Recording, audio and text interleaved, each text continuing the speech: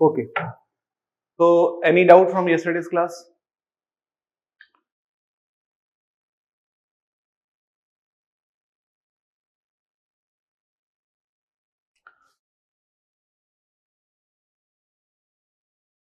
Mahesh Kumar, principle of strict separation will make religion enter through back door. बता दो. ठीक है. Sir, it's a request that test 2 question paper if possible upload 10 a.m. और class is there on Sunday 1 to 8. हो जाएगा ये तो हम बोल देंगे उनको उसमें कोई बड़ी बात नहीं है. Principle of strict separation will make religion enter through back door. देखो, I told you yesterday. Remember one thing very important because secularism is most important topic इसलिए you should have clear cut understanding. तभी मैं बोल रहा हूँ जो भी सवाल है पूछ लो. बार बार ही जिंदगी में मौका नहीं मिलेगा. जिंदगी में फिर कभी सेकुलरिज्म नहीं पढ़ोगे. ठीक है. इसलिए कह रहा हूँ जो पूछना है पूछ लो अभी आज ही. जैसे महेश ने पूछा है मैं बता देता हूँ. बात बड़ी सीधी सी है. What is the kind of secularism that we are practicing? We are practicing Western secularism. The idea of secularism that we have adopted is from West only. Okay, we have modified it, but we have adopted from West only, and which is to a very large extent Western only. Do you know it was Nehru, Pandit Nehru, who wanted to establish secular project in India. The idea of secularism is actually coming from Nehru. Nehruvian secularism. And you know what is the issue with Nehruvian or Western? Because Nehru was very much inclined towards West. What is the issue with Nehruvian secularism? The issue is that Nehruvian or Western secularism works on separation of religion from public life. Strict separation of religion from public life. What does it mean? It simply means that religion is a private affair. Private affair would not be a public affair. You know, when religion becomes private affair, what will happen? The same thing will happen which happens in Europe. If you know about cases like Charlie Hebdo, okay, French journal, newspaper, magazine, journal, which had actually published a cartoon, a caricature of Prophet Muhammad. Since religion is completely a private matter, not a matter of public, it had to face backlash. If it was a matter of public, if it was in the public sphere as well, then courts would have resolved it. But since court would not resolve it because it is not a matter of public affair, religion will bounce back like anything in a form of fundamentalism. समझ रहे हो? अगर religion को private matter तक ही रखा, public matter तक नहीं लेके आए, तो it will have severe consequences. Okay? And you know, people like Ashish Nandi, Partha Chatterjee, T.N. Madan, they are so important, so much important, more important than Marx, Weber, and Durkheim, in fact. Okay, these three are more important than Marx, Weber, Durkheim, because these are those people who you will confront in every topic in Indian sociology. These are your Marx, Weber, Durkheim. Okay, think like this. They will come more than Srinivas Ghurye and Andre Bete. ठीक है.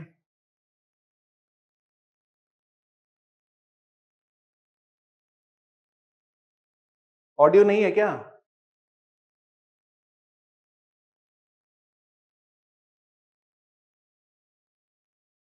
It's fine.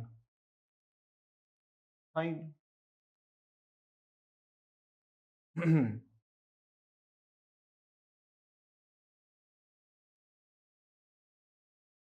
Mukesh clear हुआ? Clear हुआ? अभी मेरी बात सब लोग एक बार ध्यान से सुनो जो मैं बताने जा रहा हूँ 5 मिनट के लिए. ये ऑडियो वीडियो का इश्यू भी छोड़ो. ठीक है. ज्यादा इशू होएगा ऑडियो का तो मुझे पता चल जाएगा, अभी तक तो सही है।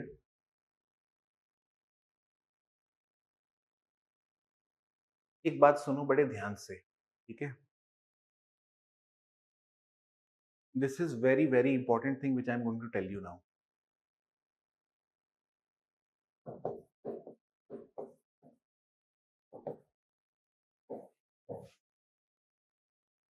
आशीष Nandi,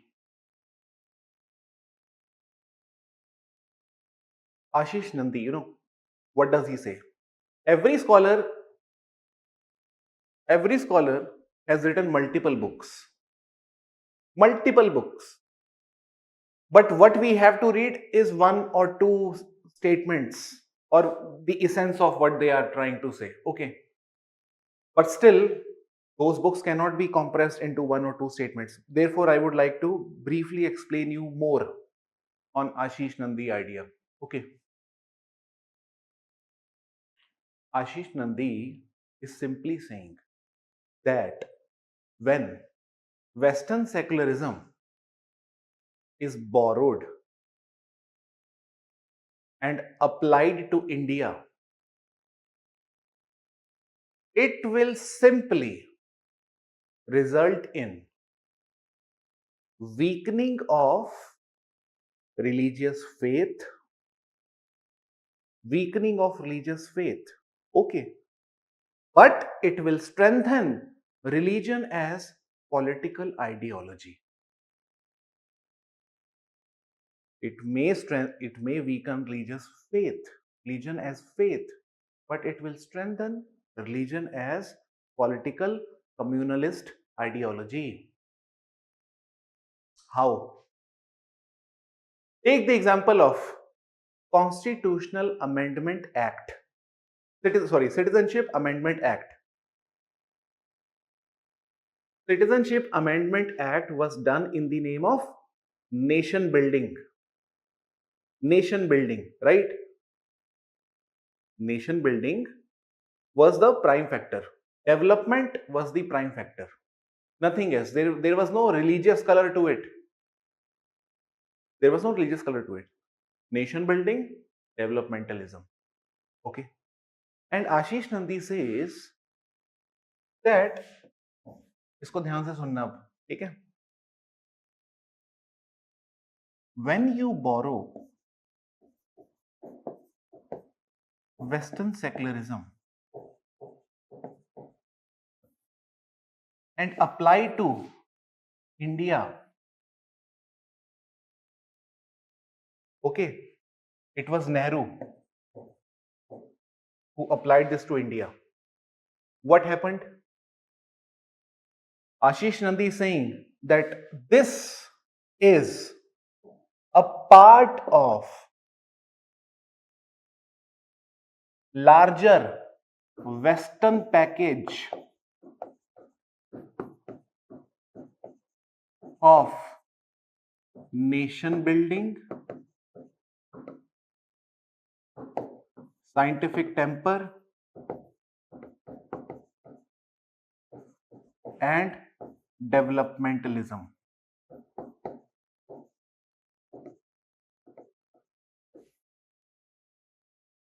Western secularism is one part of the big Western package of nation building, scientific temper, developmentalism. यहां तक समझ आया? पहले ये बताओ, उसके आगे मैं बोलता हूं. Understood till here? Nation building is a Western package because the concept of nationalism is coming from French Revolution. We did not have nation state concept. Okay. Scientific temper, West. Developmentalism, West. Development on the lines of scientific temper, progressive, infrastructure led. Okay. Focus on heavy machinery, all those things. Industrial revolution, West. So, Western secularism was a part of the big Western package. And Nehru, when he applied Western, and this is known as Nehruvian secularism, because it was our Nehru who borrowed secularism, so we called it Nehruvian secularism. So when Nehruvian secularism was applied here, what did it result into? It resulted into it resulted into simply weakening of religious faith first. Why weakening of religious faith, I'm saying? Because the idea is of nation building. So when you are constructing nation, so we are not Hindu Muslim, we are Indians. समझे कि नहीं समझे? ठीक है? So first idea was weakening of religious faith, and the latent function of secularism was, according to Nandi, he is not using this word latent function, I am using it because ताकि तुम्हें समझ आता रहे, ठीक है? Although it weakened religious faith, but it also established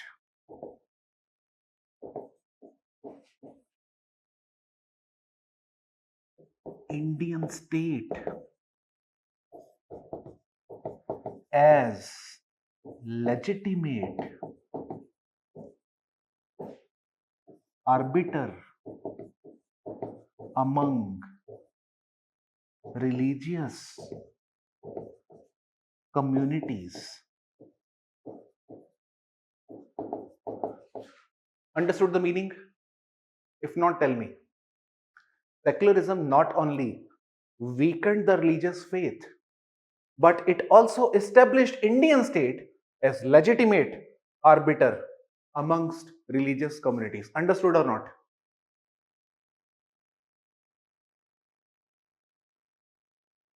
अरे भाई, जब रिलीजियस लोगों की आपस में फाइट होएगी, उसको कौन बताएगा कौन सही है कौन गलत? इंडियन स्टेट बताएगा. इंडियन स्टेट क्यों बताएगा? Because we are modern India. And what is modern India? The idea of modernity is borrowed from West. And to resolve religious matters, if state is taking responsibility, if state is coming as a legitimate arbiter to resolve religious issues, it is clearly a reflection of Western secularism, which is part of the bigger package of nation building, scientific developmentalism. And when I'm saying that it is establishing Indian state as legitimate arbiter, that means whatever Indian state would say would be considered as non-discriminatory. Whatever Indian state will say would be considered as non-discriminatory and would always be justified in the name of secularism. Therefore, even if state discriminates, it will be justified in the name of larger package of nation building, modernity and scientific temper. Understood or not?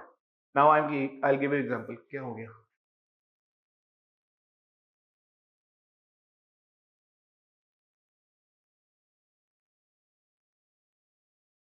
ठीक है? अब देखो, Citizenship Amendment Act. People called it communal. Okay. But it was justified in the name of larger package, larger idea of nation building. Okay. Nation was considered superior to any religious or communal interest. And state therefore was successful in projecting itself as legitimate authority. Article 370 was abolished.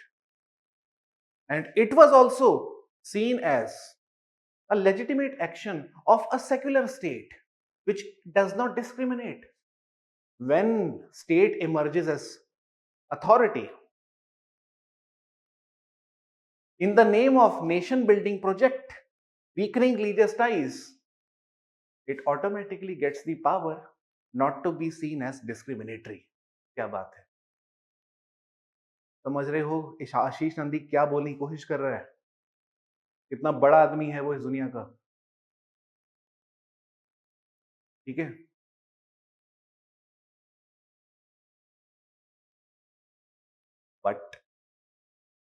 But Ashish Nandi then also says, although these two things are there, but this Western secularism could not prevent communal conflicts in India. However hard state may have tried to project itself as non-discriminatory, the fact is communal violence happened, communal conflicts happened, sectarian conflicts happened. That means Western secularism could not work here. Right or wrong? However, this Western secularism failed to prevent communal conflicts.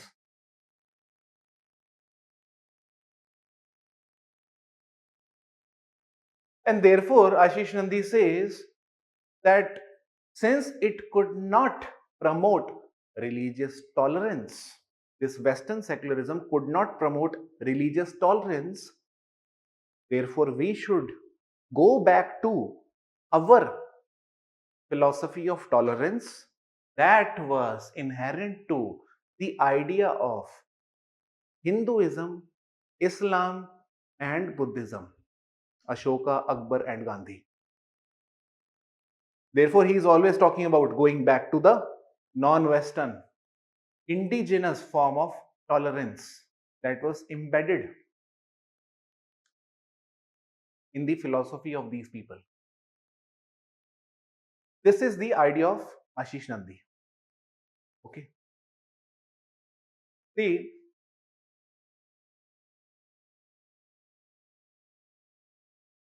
UP government enacted anti-conversion laws, or laws against forceful marriage in the name of in the name of in the name of what? When UP government enacted these laws, these kind of laws, it enacted in the name of what? Larger idea of individual rights, which is modern idea. Larger idea of development that is free of any religious color. Larger idea of secularism. So state automatically gets a legitimate power not to be seen as discriminatory despite discrimination. This is the power that secularism has given to the state. Okay, ये आशीष नंदी बोल रहा है, इसको ध्यान रखना है.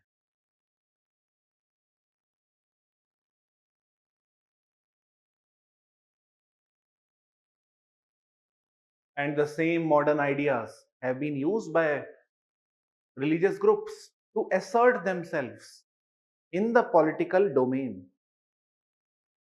In the political domain, that is why we have religious political parties. Okay. तो ये सब चीजें हैं, ये आर्ग्यूमेंट्स हैं इंपॉर्टेंट सारे. So now we will begin with, sir, what do Western people do when their religious rights are infringed because their courts don't intervene? How would their rights be protected? अरे West में, in West there is no religious right. मैं वही कह रहा हूं ना. देखो, we are Indians, we think right to profess religion is a fundamental right. Right? In US, there is no right to profess religion. It is not to be protected by the state. It is your personal matter, bhai. Robert Bella is who? Robert Bella is American. Robert Bella is talking about private religions. वहां पे religion के नाम पे state का कोई मतलब नहीं है. तुम्हें जो करना है करो.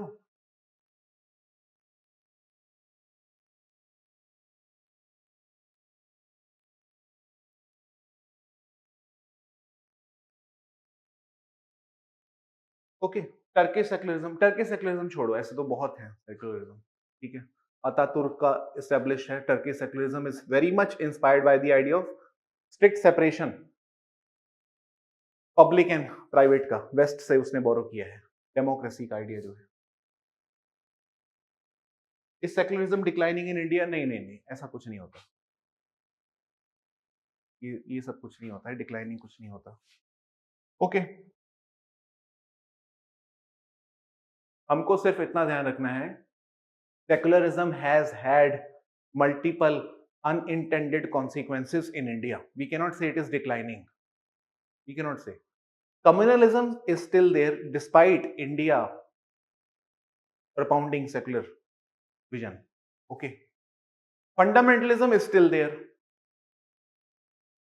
Communal conflict, hate speech, all these things are there.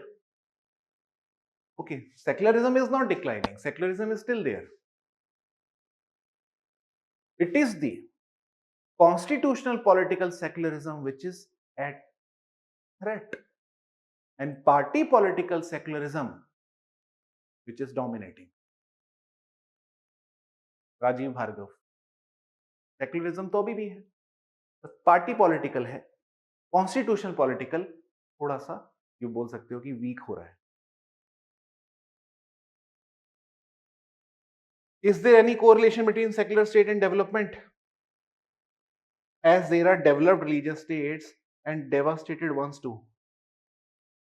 See, correlation to develop a correlation between these two is possible. Okay, but that correlation cannot be universal. Nobody can claim to make a universal correlation between these two.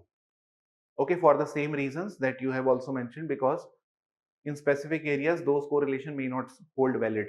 Okay, but one thing is for sure, that the idea of secularism is a part of larger Western package of developmentalism, modernity, okay, which clearly keeps religion into private sphere and only lets development and progress in the public sphere. You know, when we had Ashoka Akbar,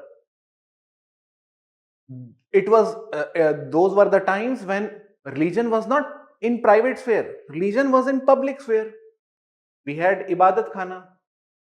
Akbar ke rule ke time we had ibadat khana to promote dialogue between people. But today religion is not in public sphere, religion is in private sphere, even in India. Okay.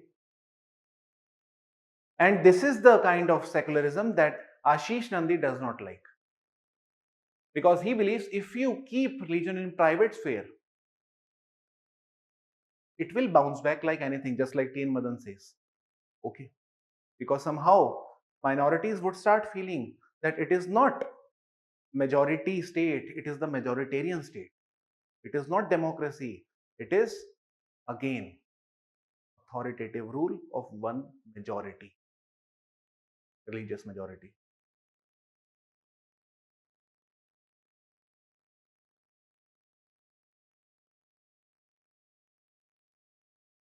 Party politics theory sounds fundamentally similar to Nandi's religion as ideology. नहीं नहीं नहीं, अलग है, वो तो अलग चीजें हैं. Talked about secularism, but he made a communal controversial remark on SC/ST communities in Jaipur literary festival and how he became value neutral on theorizing such ideologies. देखो ऐसा है, first of all, let us understand one thing.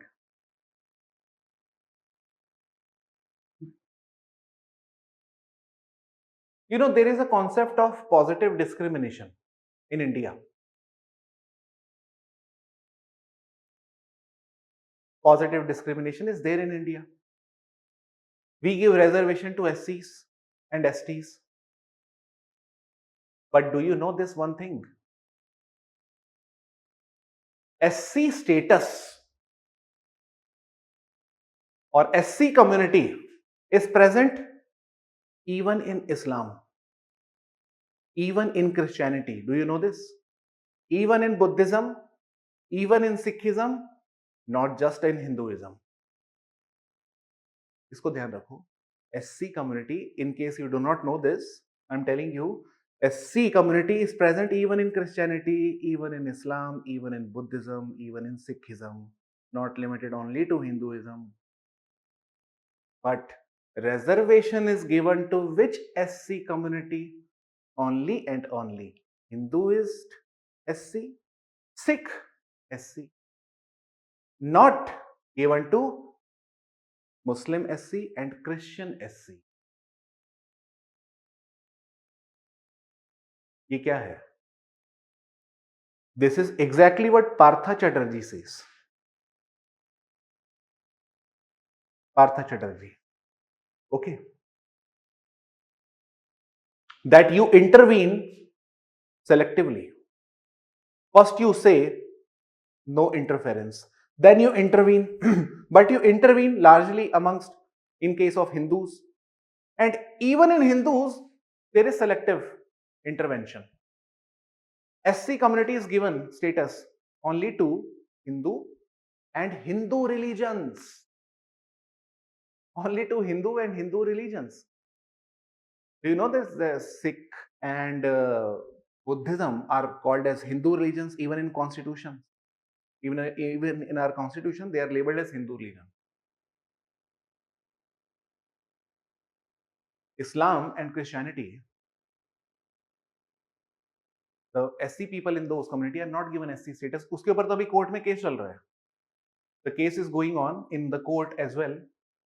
Last year also it was going on that these people should get the same reservation. Why they are not getting reservation? So these are those kind of political disputes जिस पे हमें नहीं जाना, but we should be aware of these things. Okay, because we can write them as examples. Okay.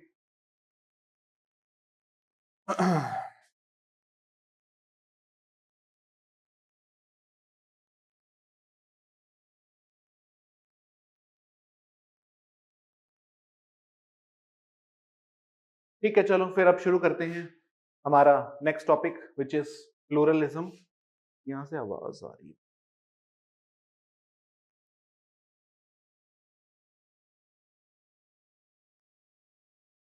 ठीक है.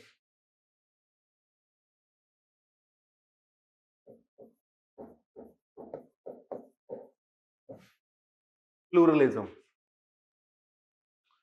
As I told you, pluralism is nothing but coexistence of multiple religious groups, but that is known as religious pluralism. Coexistence, in a mutually peaceful, harmonious fashion, coexistence of multiple religious faith under one umbrella of a nation state. That is known as pluralism. But which pluralism? Only religious pluralism. Pluralism is of multiple types. Okay. We have mutual coexistence of science and religion. Both exist today in this world. Okay. In India, we are scientific. We are scientific and we are religious as well. Scientific in public sphere and religious in private sphere. So plural, that is also pluralism. So pluralism can have multiple forms, but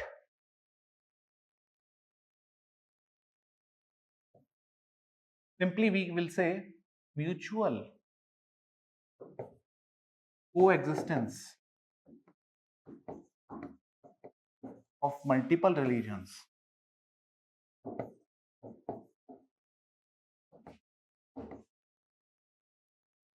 in a harmonious fashion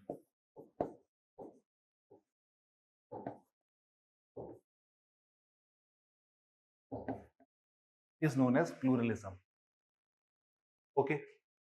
Next, we should remember that pluralism is a prerequisite for the secularism. We cannot have secularism if we are not plural. Only then we can talk about secularism, because secularism is about distance between state and religion. Why talking about distance? Because there are many religions. State cannot afford to be seen as biased towards one religion, therefore distance. So this distance cannot be maintained unless we have plurality. Plurality is a minimum prerequisite condition for the secularism to exist. Okay. So prerequisite for secularism.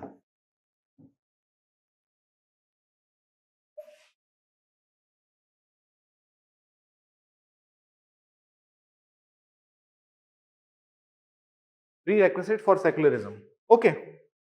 Now,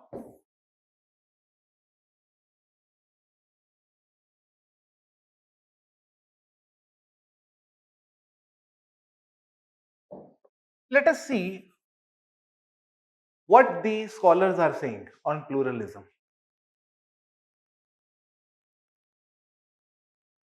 Peter Berger.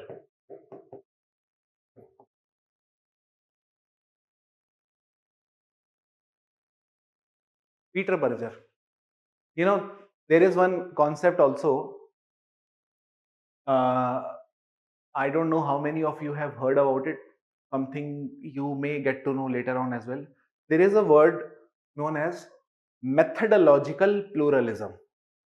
Methodological pluralism. If I say in sociology, Marxism, functionalism, feminist, postmodernist, all mutually coexist together under one umbrella known as sociology. It is also pluralism. But this is methodological pluralism. Understanding or not? समझ गए? Simple. So you can talk about, if the question comes on pluralism ना, you can talk about many things, not just limit yourself to religion. ये मैं इसलिए बता रहा हूँ कि आप सिर्फ religion तक limit मत रखना अपने आप को, क्योंकि pluralism in itself is a plural ideology. Peter Berger क्या बोलते हैं? He says that modernity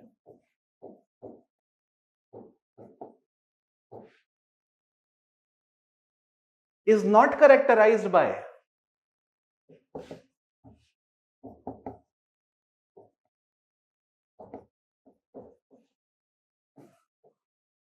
secularity, rather by plurality. ये इसने क्या कर दिया? सब तोड़ दिया इसने, जो पढ़ा था सब तोड़ दिया. Modernity is not characterized by secularity, rather by plurality. इसका मतलब ये हुआ, he is believing and he believes firmly. By the way, he is that one person who actually proposed secularization thesis, who believed that world is moving towards secularization and religious beliefs are declining.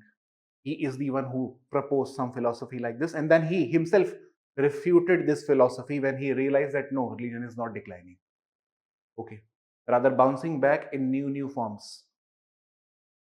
So he's saying modernity is not characterized by secularity, rather by plurality. That means we may not find secularism today, at least in the form as it was envisaged. उस form में तो हमें secularism नहीं मिलेगा. That we can not find really strict separation between religion and religion is still there. Okay, and even in public sphere it does come, even in America. Okay, in extreme cases it does come, but and he also believes that America is that one state which would practice secularism within its territory and would practice fundamentalism outside its territory. American secularism was on a mission and has been on a mission. American as a state, America state has been on a mission to transform theological states into democracy. That means to remove religion from public sphere and to install modern idea of nation state and democracy in the public sphere instead of religion. Okay. Anyhow,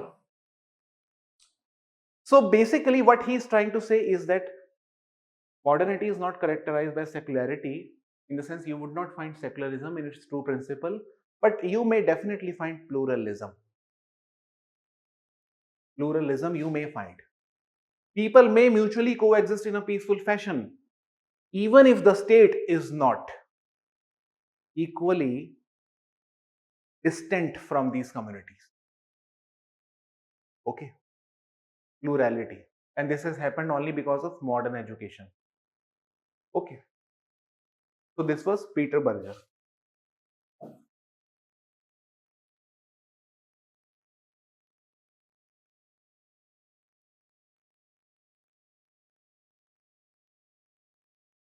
The issue is, if I look into the writings of Ashoka and Akbar again, or even Gandhi, again I see pluralist philosophy in their writings. They were talking about pluralism only. When Ashoka says in his seventh edict, I wish all pasandas cohabit in my kingdom. That means I wish all people from different faith and walks of life cohabit together in my kingdom. This was nothing but pluralism. Akbar, when he is trying to practice philosophy like Sulhi Kul, that is nothing, he is promoting pluralism. Okay, so pluralism, pluralism,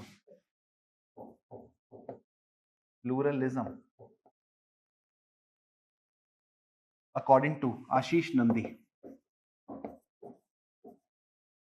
remember, pluralism, according to Ashish Nandi, is inherent to Indian civilization since ancient and medieval times.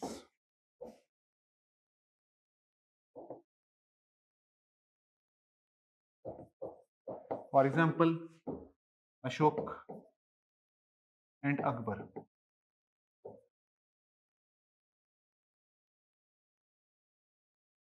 Ashoka and Akbar. Okay.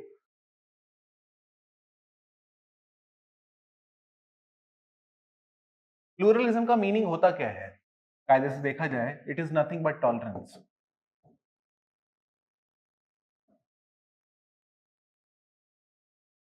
Tolerance for all the theories within sociology. That means when I am teaching Marx, I am Marxist. When I am teaching Weber, I am Weberian. When I am teaching Durkheim, I am functionalist. So I have tolerance towards all the philosophy. I am not inclined towards anyone. So if I am teaching Durkheim, I will favor Durkheim. If I am teaching Marx, I will favor Marx. If I am teaching Ashish Nandi, I will favor Ashish Nandi. Tolerance. ठीक है.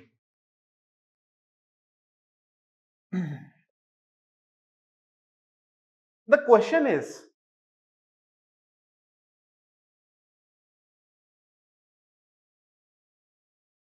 what are the threats to pluralism? What are the threats? खतरा क्या है tolerance को या pluralism को? What are the threats?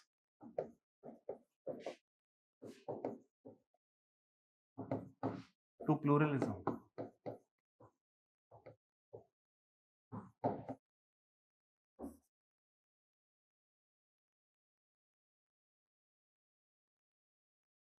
What are the threats to pluralism?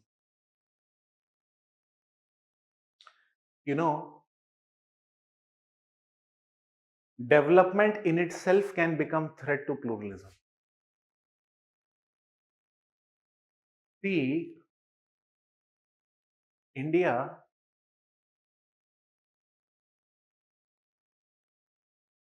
although profess ideology of development universally, okay, we give equal opportunity to everyone. That is a that is a fundamental right, irrespective of their religious or caste identity. Everyone is given equal opportunity. The fact is, not everyone gets equal opportunity. Few select only get those equal opportunity. And those few select are not just Hindus, but within Hindus, they are dominant castes. Okay. And when dominant caste get maximum opportunities, for example, Reddy in Andhra, Yadav in UP, Patidars in Gujarat, Jats in Haryana. These are dominant castes. They get maximum opportunity because of the contact, social capital they have, economic capital, landholders. Okay. Because of all the advantages they have, they get maximum opportunity. But when they see that people who did not have these advantages that we have, they have also exceeded us today, what will happen? It will create chaos. They will now demand reservation. If not reservation, if reservation not given, it will create conflict. It will create conflict. So it is a development today which is creating conflict.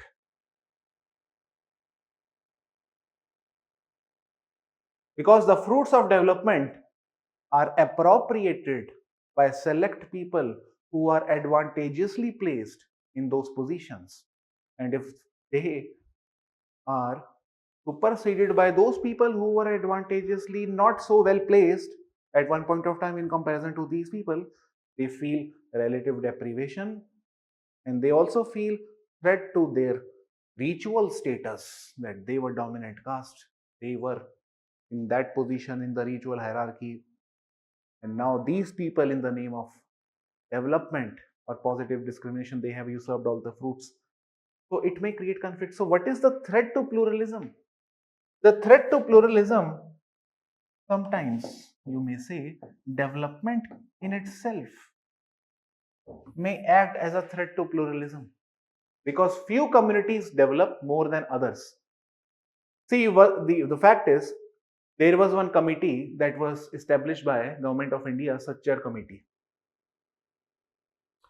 Sachar Committee was established by Government of India to see the proportion of Muslims in terms of their access to education and how to improve it. In terms of their access to education, in terms of their access to political power, or in terms of access to development parameters, and how to improve all those things. One thing is very much clear, that if you compare communities in on religious lines, you would definitely see that Muslims lag behind Hindus. In fact, all other communities lag behind Hindus. Although we say equal opportunity is given to everyone. Okay, but that cannot happen now. That, in fact, I'm not saying cannot happen. That does not happen. Okay, and even within Hindus, you would see upper caste men. Upper caste भी बोल रहा हूँ और men भी बोल रहा हूँ. Upper caste men get more opportunity than upper caste women, and lower caste men and lower caste women.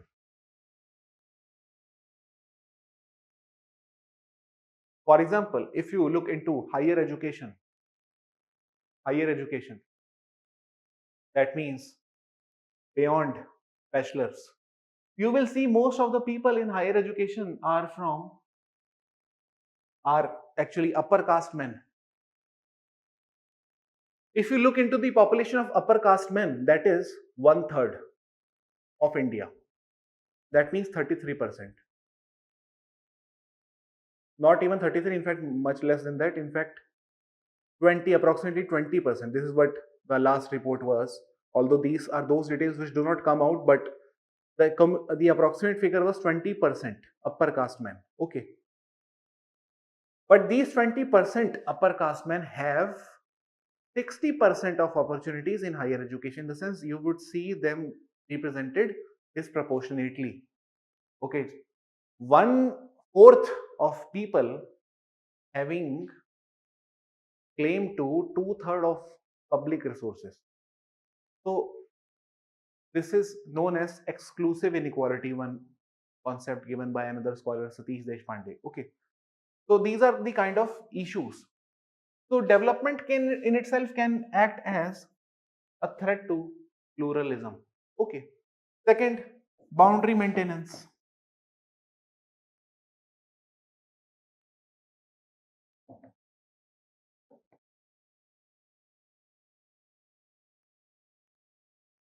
Boundary maintenance.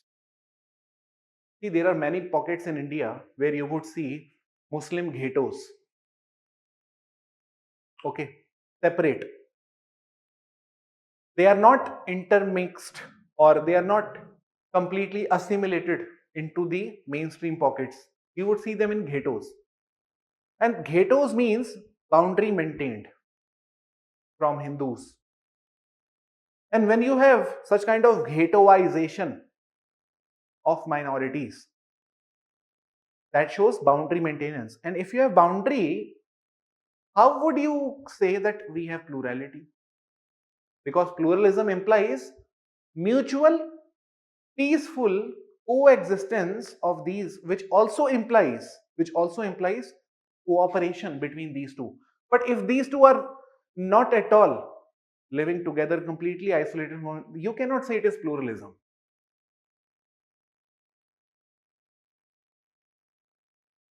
Which kind of development on religion based only? मतलब डेवलपमेंट का रिलीजन से कोई मतलब नहीं है. Development, I mean, I'm using the word development, I'm talking about modern secular development. Okay. Not development of religions. Okay.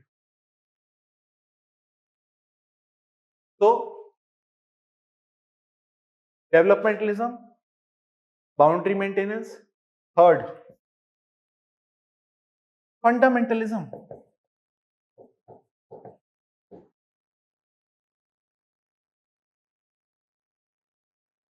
Fourth, religious revivalism.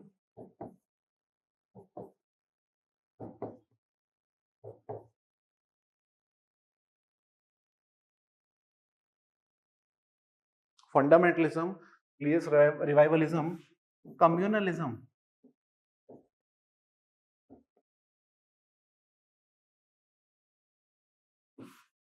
Communalization of politics.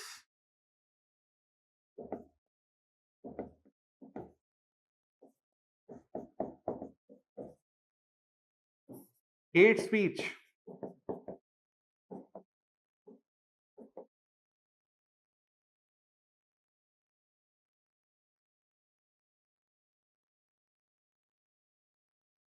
And laws that may promote conflict between communities. For example, anti-conversion laws. Those laws may have come in the name of nation building project, or in the name of protecting someone's right, modern individual, fundamental right. But they may send ripples or cause ripples to the larger community feeling. It may disturb sentiments of those community. And those laws may be seen as colored, religiously colored. And therefore it will create conflict. And if you have conflict, you cannot have pluralism. As long as we have conflict between religious identities over any sort of issue, whether it is development, whether it is electoral politics, whether it is education, as long as we have conflict between communities over these things, so long we are going to be distant from the vision or the ideal of pluralism. समझ गए?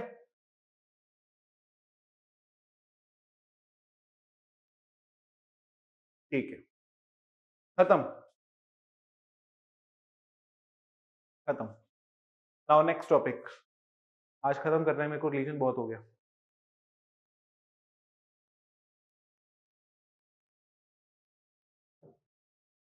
Religion and science.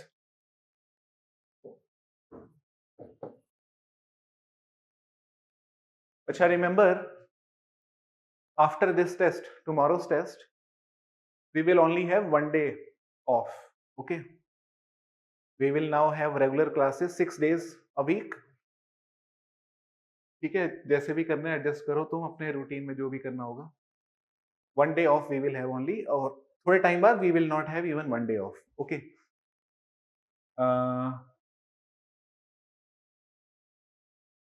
ये है religion and science. You know, this is very important topic, but मैं ज्यादा time नहीं दूंगा इसके ऊपर।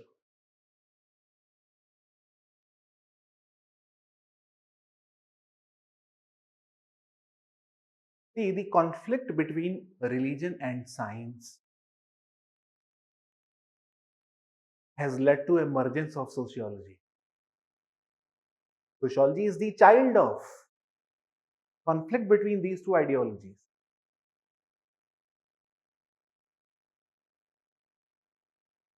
तभी तो आया sociology.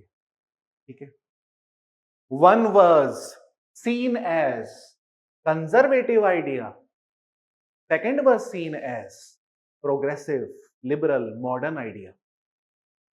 Science and religion is nothing but, to me, it is modernity and tradition. And they are not just, religion does not mean temple, science does not mean rocket. These are body of knowledge, bodies of knowledge. Okay, you know,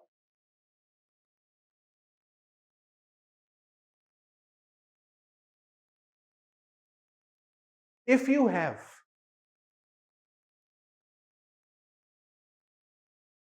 lots of evidence and still you do not believe in what you see, if you have lots of evidence and still you do not believe in what you see, this is the power given to you by science. Science helps you to be critical. You would keep finding facts to negate this thing and to come up with another theory. This is the power that science possesses. I have tons of evidence, still I do not believe in what I see. This is what science is. And despite having no evidence, if I start believing in something which I do not even see, that is what religion is. एक evidence नहीं मेरे पास, तो अभी मैं मान रहा हूं उसमें जो मेरे को दिख ही नहीं रहा, और दूसरी तरफ वो है multiple evidence, still I do not believe in what I see. क्या बात है। Whether it is religion, whether it is science, both are creation of human mind. देखो, generally when we read religion and science, there are 2-3 models. I would talk about models today. ठीक है, models की form में बात करता हूं मैं आज। 2-3 मॉडल्स हैं जिसके थ्रू आप समझ सकते हो रिलीजन एंड साइंस को। Okay, one is evolutionary model.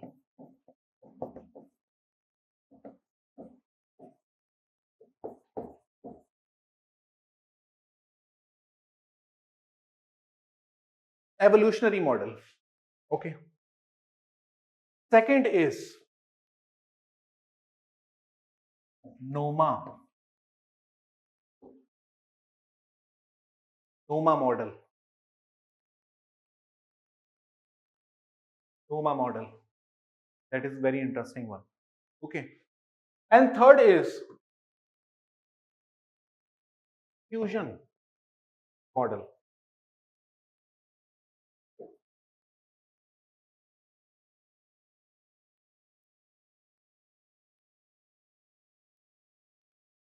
Okay, clear?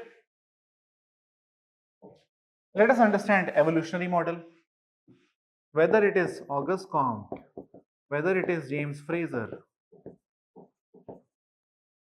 or whether it is Max Weber, all the three believed in evolution of science and decline of religion. All the three believed in this.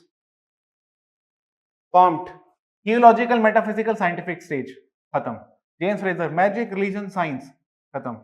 Max Weber, rationalization and disenchantment. That means no longer faith in religious, magical superstition. Completely rational, scientific, calculable, efficient. Scientific temperament. Change in the way of thinking. खत्म. समझ गए?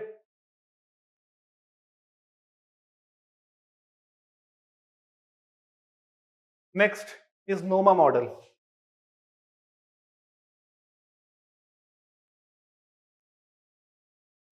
NOMA means non-overlapping magisteria. Non-overlapping magisteria.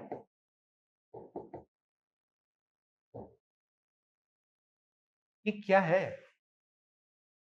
There is one scientist, paleontologist, who turned into social science later on in his life. His name is Stephen Gould. Stephen Gould. Okay. Stephen J.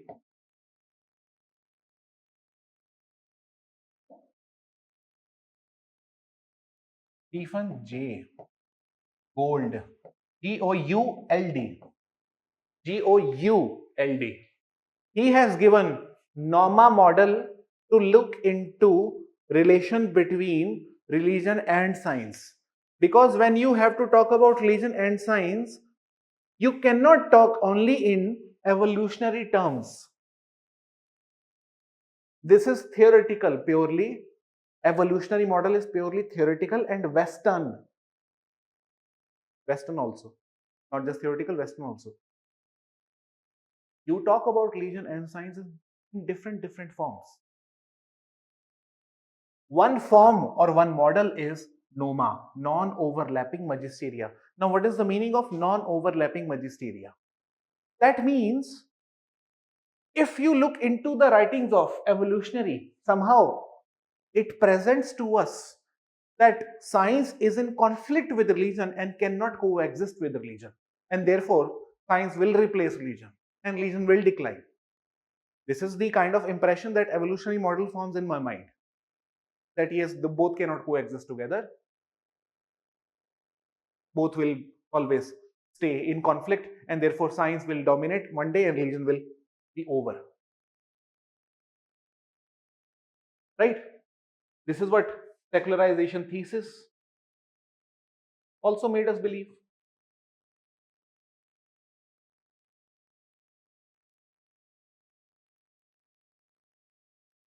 And non-overlapping magisteria, it clearly says that both do not overlap. Non-overlapping means both do not overlap. That means both stay in different house in one city. Both do not overlap. Both stay different house in different houses in one city. That means very much like pluralism. Pluralism. You cannot have completely scientific society, nor you can have completely religious society. Both can stay together as well without any conflict, because both are helping civilization or man to find answers which are not to be found in either of them, in the sense in any one of them. For example, I'll tell you one question, very basic question. If I ask you one very basic question,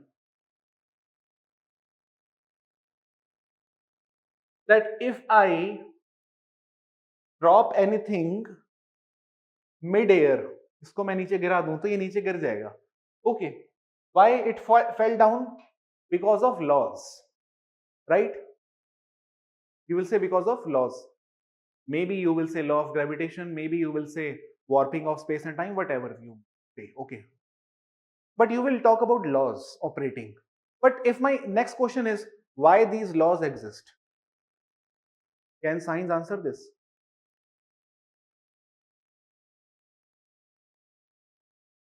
No. Science can explain me why this is happening through laws. But if I ask scientists why these laws exist, scientists cannot tell me. But I am asking very basic question. Scientists will tell me that Big Bang led to formation of universe. But if I ask scientists why Big Bang happened, it cannot tell me.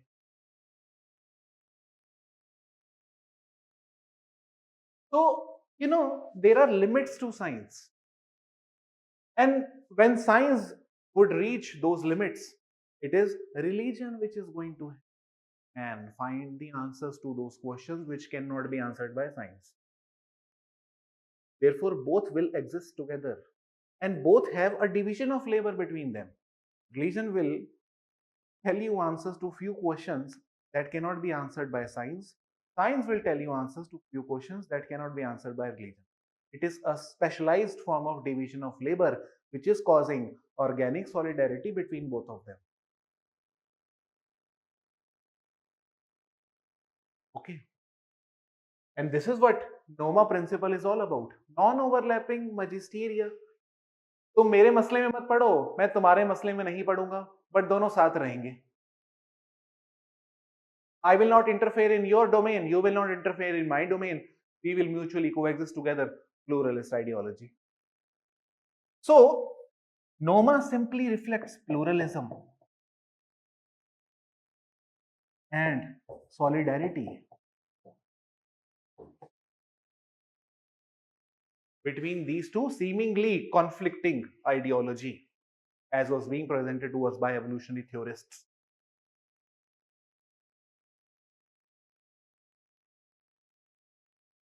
Okay.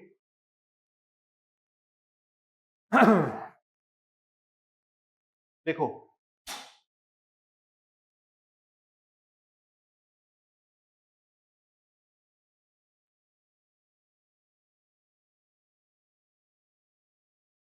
the fact is, every scientist you talk about, whether you talk about Stephen Hawking, Albert Einstein, even Isaac Newton, Richard Dawkins, these are those people who were not just scientists, they were believers as well. They were believers as well. They had full faith in religion. I don't know how many of you have heard of deism, Deism, deism. It is the religion of the enlightened ones or religion of the enlightenment era. But ठीक है, उधर नहीं जाते हैं. I'll give you some practical and everyday life examples आपको देता हूं मैं, ठीक है? Then you will understand. But largely what we have understood so far, that both can coexist without conflict. That is non-overlapping magisteria. Fusion model.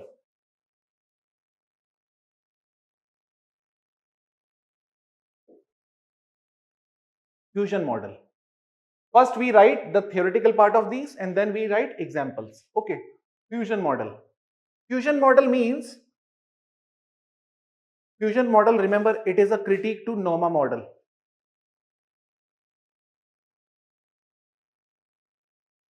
Critique to NOMA. And NOMA says both do not overlap.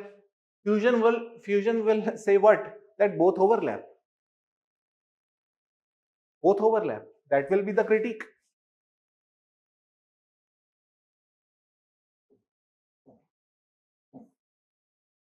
both overlap. Okay, so you can even make a diagram here like this: religion and science, non-overlapping, mutually existing. And here, religion and science overlap.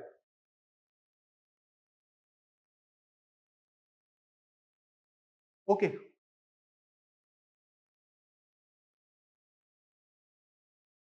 now let us try to find some examples from everyday life. Okay,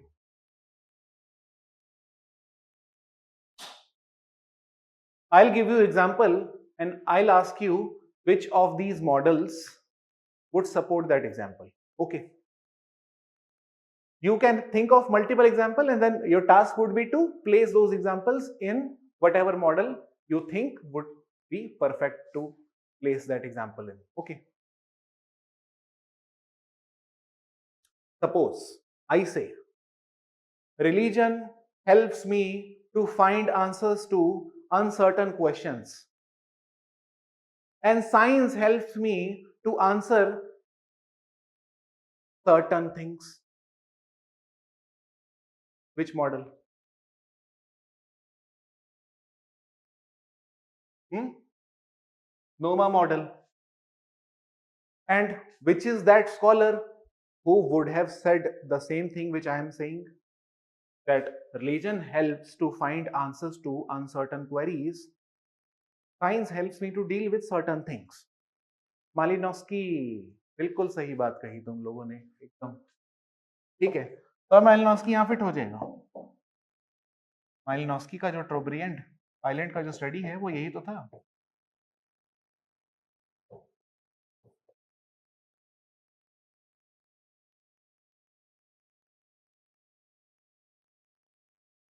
ठीक है। Now, second example.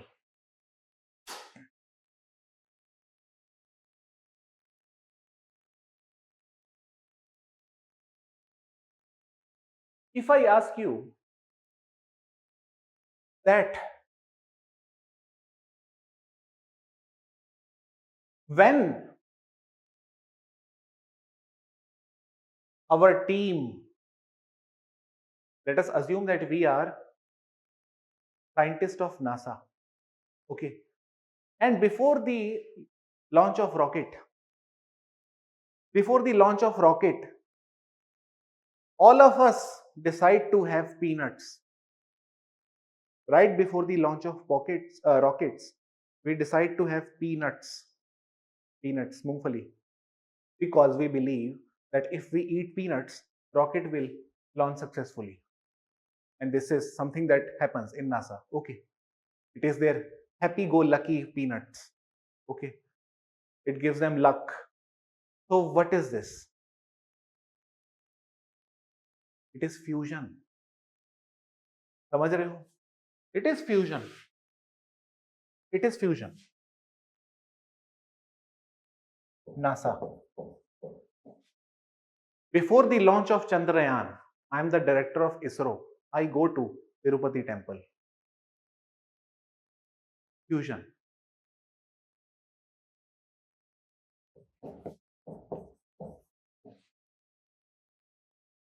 I am one of the member of the scientist of CERN, CERN, interferometer experiment that is going on.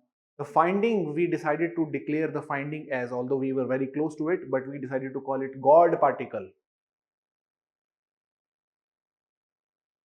Which model? God particle, God, G-O-D, God particle. Fusion.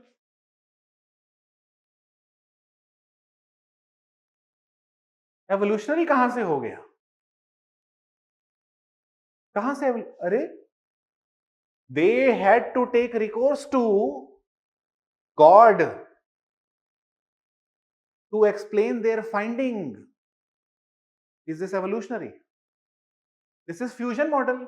Array, religion is supporting science, and science is taking the help of religion to explain itself. To the masses. अरे तुम लोग की उंगलियां क्यों रुक गई हैं? इसमें सोचने की बात क्या है इतना?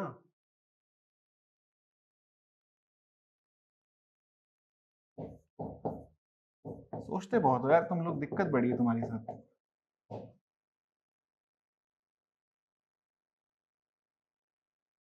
If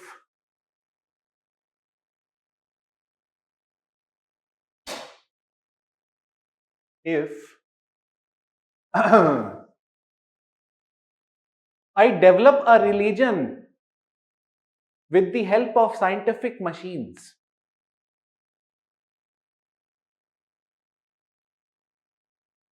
if I develop a religion with the help of scientific machines, tools, apparatuses,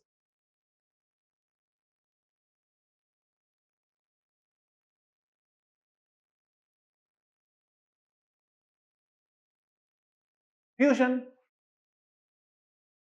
What is that? Scientology. Scientology or UFO religions. Okay, simple सी बात है. If you are working as a scientist in any field of research, okay, and you believe that you are atheist, completely atheist, you do not believe in God, and by the way religion is not God, इसमें ये इसको ध्यान रखना है, religion is not God. वो बहुत ही मतलब class 2 वाली अंडरस्टैंडिंग होती है कि रिलीजन इज गॉड, ऐसा नहीं होता. You are a scientist, but one day when you decide to get married to someone, you are having all the rituals that you believe would help to have both of you lead a happy life, because this is how a marriage should take place. This is your belief that if you do not conduct rituals, it may not be as successful as it is supposed to be. Rituals, gathering, collective gathering is also religion. Okay. And what is that? Noma. Noma. Okay. So marriage,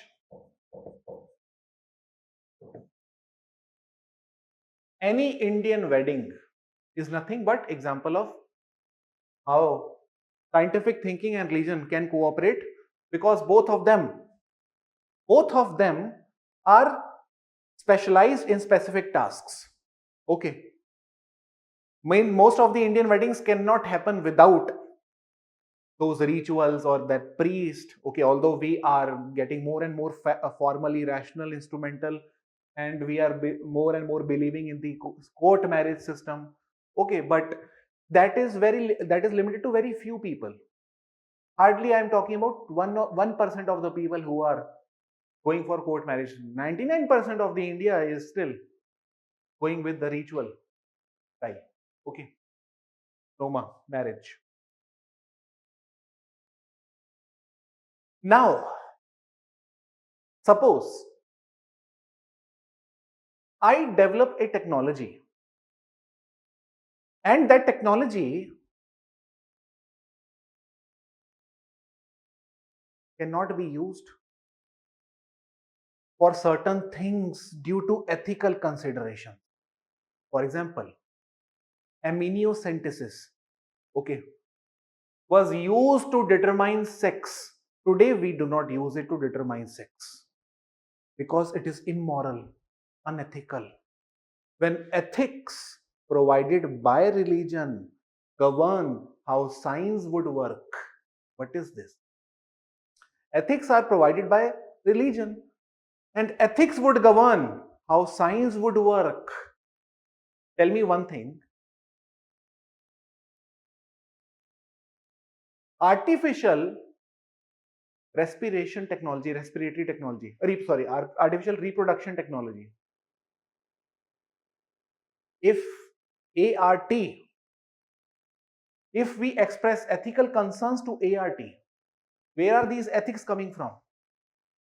You know, the how technologies are going to work is governed by ethics. Three parent baby, the concept of तीन parents का बच्चा, is it valid in India, or is it applicable, or is it practiced in India? Three parent baby. No, why it is not practiced? Let us try to understand. देखो अभी दिमाग कैसे खुलेगा sociology के student का. Why three parent baby is not practiced in India? In fact, not practiced worldwide, except in Europe. एक case हुआ, ठीक है, ज्यादा नहीं अभी चल रहा है वो. What is the issue? Central issue. Yes, of course, it is against ethics. Okay, you're right. Against ethics. Ethics are coming from our religion. The issue is that what will happen to that child who is born to three parents? वो किसको mummy बोलेगा, किसको पापा बोलेगा, किसको नानी, किसको मासी, क्या बोलेगा, उसके खानदान क्या होएगा? अच्छा, the problem is that child will always remain confused. Who to call mummy, who to call daddy? Okay. Acha, so what? Just because he is going to get confused, so we cannot adopt three parent baby? Yes. Just because he is confused, therefore we cannot adopt. Why? Because to have this order in our mind that we think is very normal, that there should be one mother, one father. Third should not be there, which may create confusion. This idea is coming from religion. These are the ethics. The ideal concept of family is coming from religion. So it is ethics which govern how technology works. Technology is not independent of religious ethics. Which model is this? Noma fusion evolutionary.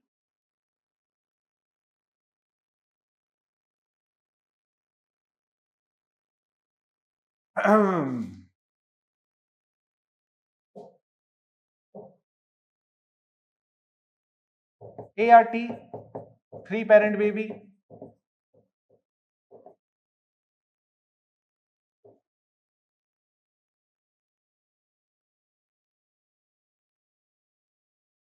The idea of test tube baby. We had so many challenges in having a test tube baby. You know, there are many things which are governed by ethics coming from religion, and that does not let technology function the way it's supposed to be. Okay, so those things are infusion, and these things clearly explain. And also, one more example. Let us try to understand the efficacy of Gayatri Mantra on the people who have contracted corona through scientific tests. Which model? Let us try to understand through scientific tests the efficacy of Gayatri Mantra on the people who have contracted corona, whether the enchantment of Gayatri Mantra, chanting of Gayatri Mantra is going to help them heal themselves and release or get corona removed from their body. Which is this? Fusion model. Fusion model. और ये अभी तो हुआ है, ministry of science tech ने अभी किया है.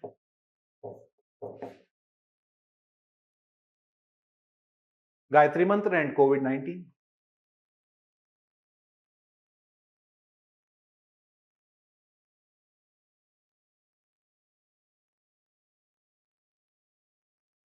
Mangalyaan fusion. So recently one patient was chanting Hanuman Chalisa during brain surgery. हाँ, तो उसको वहां डाल दो फ्यूजन में. कोरोना देवी टेम्पल. हाँ, कोरोना देवी टेम्पल कहाँ आएगा ये? नहीं, कोरोना देवी टेम्पल जो है उसको भी तुम उसमें डाल सकते हो सीधा फ्यूजन में. दोनों ओवरलैप कर रहे हैं. Corona is a virus. When you start treating virus as God, ये क्या है? Fusion. Fusion. And therefore, let me also give you some more examples. Okay, example देते रहते हैं. भाई देखो ऐसी है बात सीधी सी. I am farmer. My crop is failing because of bad monsoon. Monsoon is not coming on time. My crop is failing. Let me conduct havans and rituals so that I could have rain, which is going to help me in having productivity this year. And I believe firmly that if I conduct rituals, it will help me. What is this? Noma or fusion?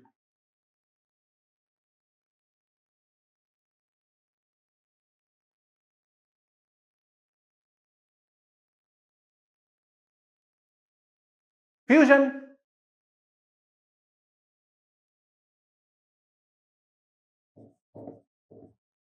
Farmers' productivity. Many farmers till date conduct rituals. Till date. आज की date में भी होता है. महाराष्ट्र में तो खासकर बहुत ज्यादा होता है. Okay.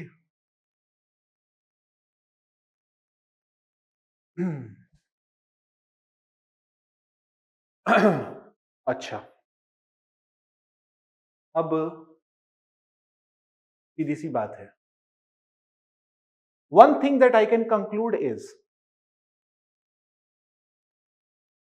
after going through this model of fusion model, one thing that I can conclude is that there is no legitimate conflict between science and religion. There is no legitimate conflict between science and religion. This is the clear-cut conclusion that I can draw, because conflict was presented to me by evolutionary model as if scientific thinking will prevail all over the world and religious thinking will be gone. But fusion model is clear-cut contradiction to both these models.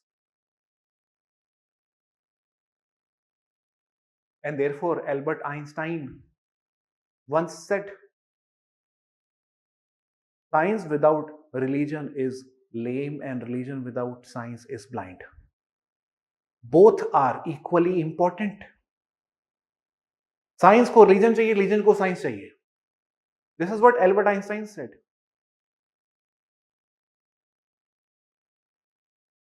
There is no legitimate conflict between these two domains.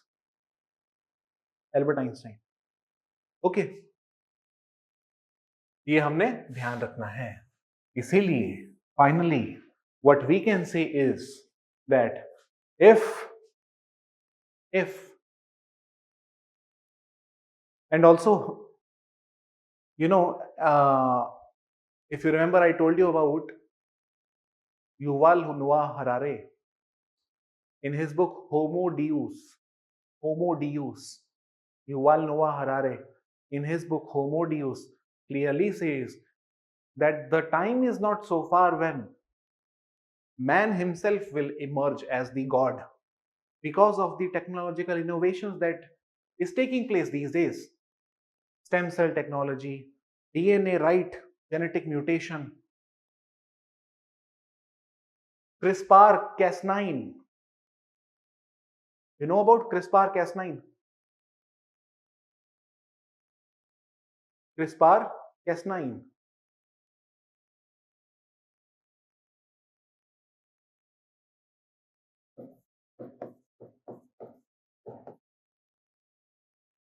Cas9. Cas9 is like Canchi, Caesar, that is going to help you edit DNA profile, genetic profile. CRISPR-Cas9. It is giving you a power to man to change himself and to change his generations. Laboratory के अंदर बैठ के generations can be designed. Okay.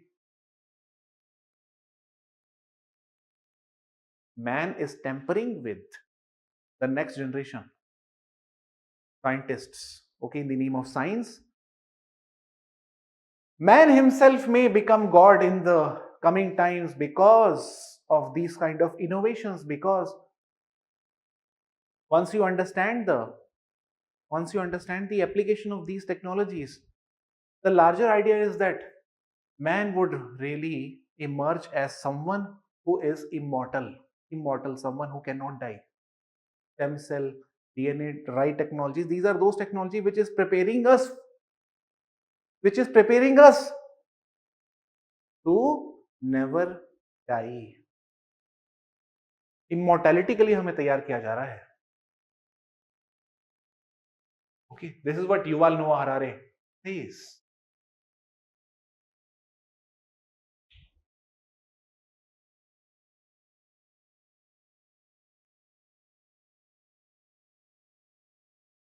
Therefore, if according to Max Weber, it was religious ethics that gave rise to scientific temper, capitalism, then today it is the scientific temper that is going to make the same man superhuman and transcend into the other world. Okay, so the relation between religion and science is highly dynamic. Initially, it was believed that both are in conflict, but today we see both of them engaged in specialized domains, sometimes helping each other, sometimes cooperating with each other. Okay, khatam. Religion and science is over. Acha, you know, there are some people, there are some people who have also critiqued religion and science, as you know, in very different fashion. There is one person who says religion is a closed system because it is not open to skepticism, and science is open system because science is open to skepticism and questioning. Okay, who said it? This was Karl Popper. इसको याद रख लेना. You can write this down. Write down one thing. According to Karl Popper,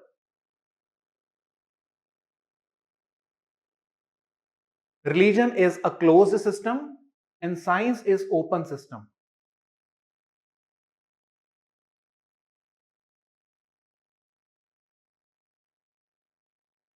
Religion is closed system, science is open system.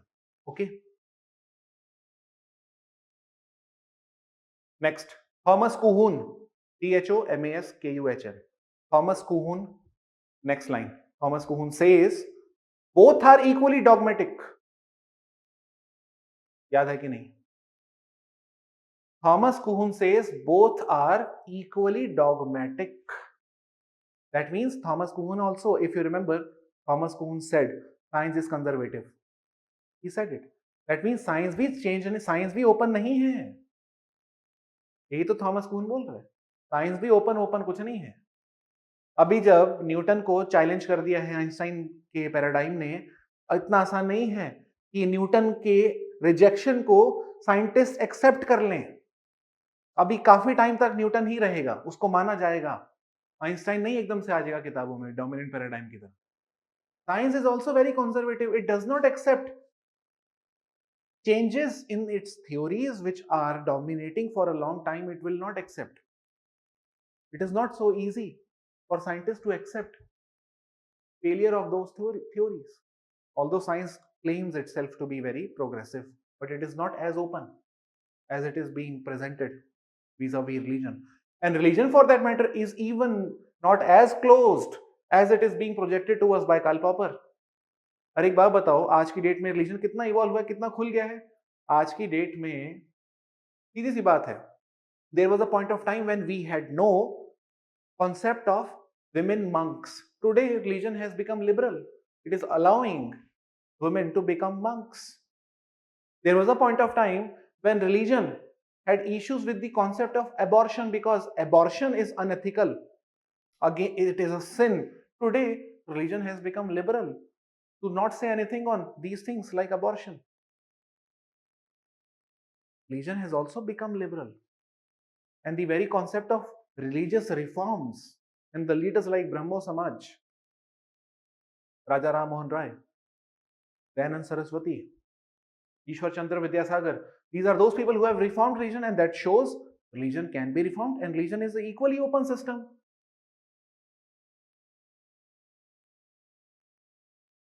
Therefore, in conclusion, sociology, write down, sociology is a discipline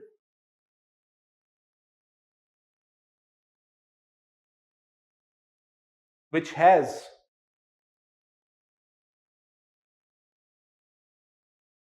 documented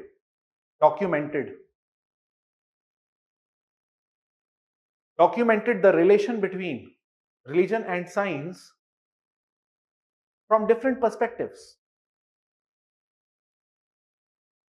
has documented the relation between religion and science from different perspectives.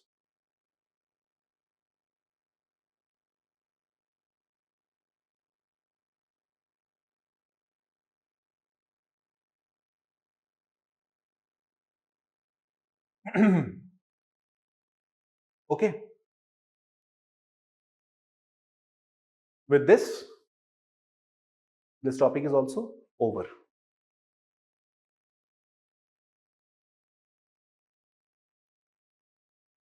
Next, fundamentalism.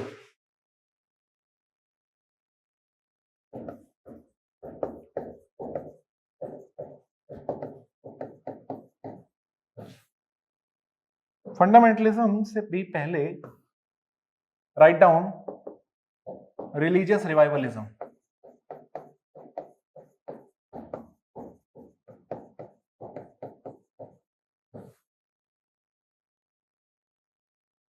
Religious revivalism. Why religion is not God?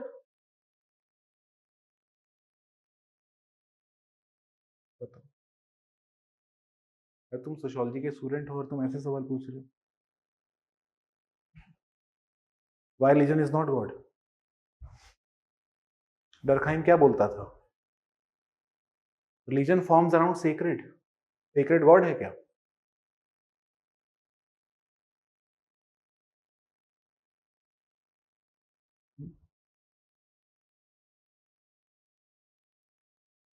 वो जो मैंने दिखाए थे videos, football stadium, वहां God कहां दिख रहा था?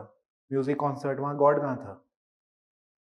God is nothing but expression of those feelings, collective expression of the collective effervescence, that is the excited stage that we enter into when we collectively gather.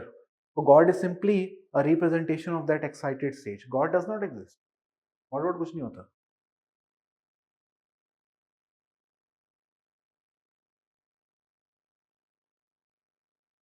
अरे Keegan, ऐसे तुम उल्टी चीजें क्यों पूछ रहे हो आजकल? मुझे ये बताओ. When did I say marriage is scientific? कल मैंने, कीगन तुम्हें कल कहा था ईयरफोन ढंग के ले लो. When did I say marriage is scientific?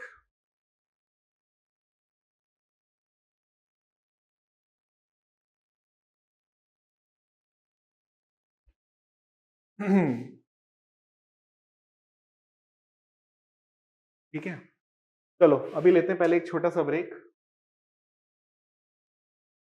5 minutes का, then will continue. The confusion between NOMA and fusion. तो ये इसीलिए तो मैंने बताया यार, इतने एग्जांपल्स मैंने दिए और तुम लोगों से ही पूछा मैंने कि कहां डालोगे. कंफ्यूजन कैसे हो गया? नोमा का मतलब क्या है? दोनों अलग अलग डिपार्टमेंट देख रहे हैं. मेरा तुमसे कोई लेना देना नहीं, तुम्हारा मेरे से कोई लेना देना नहीं. ये है नोमा, नॉन ओवरलैपिंग मैजिस्टीरिया. नॉन ओवरलैपिंग मैजिस्टीरिया, कोई दूर तक लेना देना नहीं है. साइंस हेल्प कर रहा है मुझे सर्टन कंडीशंस को हेल्प करने, सर्टन कंडीशंस को डील करने में। रिलीजन हेल्प मुझे कर रहा है अनसर्टन कंडीशंस को डील करने में। दोनों की अपनी अपनी जगह है, अपने अपने टाइम पे। दोनों एक दूसरे में इंटरफेयर नहीं कर रहे, ना ही दोनों एक दूसरे को सपोर्ट कर रहे हैं। दोनों का एक रिलेशन है अलग, और फ्यूजन में दोनों एक दूसरे को सपोर्ट कर रहे हैं।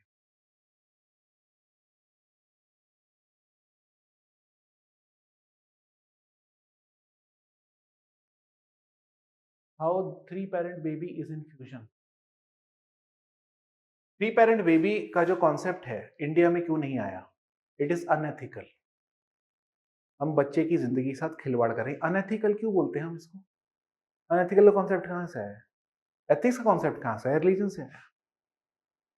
तो कोई भी टेक्नोलॉजिकल इनोवेशन तभी लागू होगी, एप्लीकेबल होगी, वेलकम होगी, जब वो एथिक्स हमारे उसको सपोर्ट करे, अदरवाइज नहीं। ठीक है, अदरवाइज नहीं। तो रिलीजन एंड साइंस ये फ्यूज हो गया है आपस में। ठीक है, इसका मतलब साइंटिफिक इनोवेशन को आने के लिए रिलीजन का सपोर्ट उसको लेना पड़ेगा। बिना रीजन के सपोर्ट के लिए, बिना रीजन के सपोर्ट के वो साइंस नहीं आ पाएगी। तो ये फ्यूज्ड हैं दोनों, तो भी फ्यूज्ड हैं। ठीक है, क्योंकि साइंस साइंस में उन्हीं चीजों को एक्सेप्ट किया जाएगा जो एथिकल हैं। ये फ्यूज्ड रिलेशन दिखा रहा है दोनों का।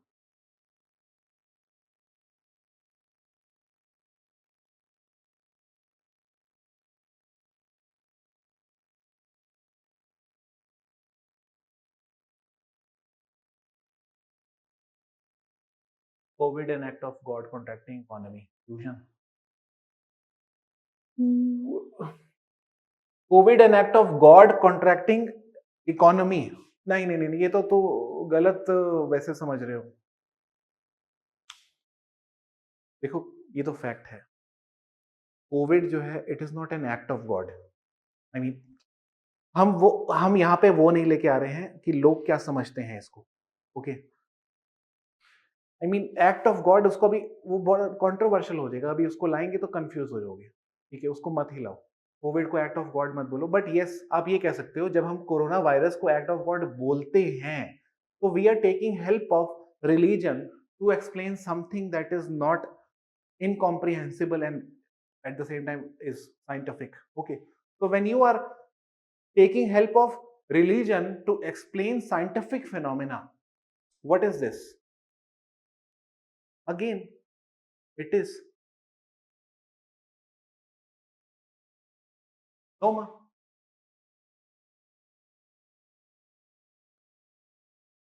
Overlap.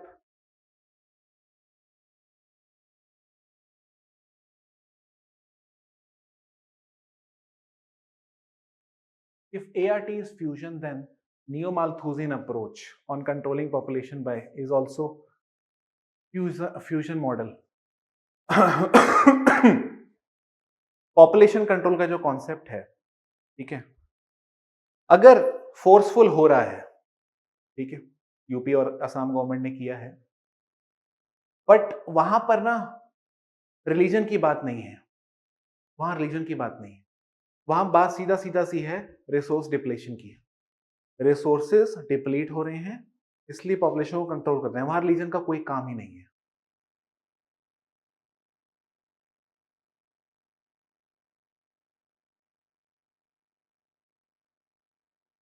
Certain religious believers are criticized as pseudoscience, using cow dung as protection against. Can't this be said as conflict between religion and science?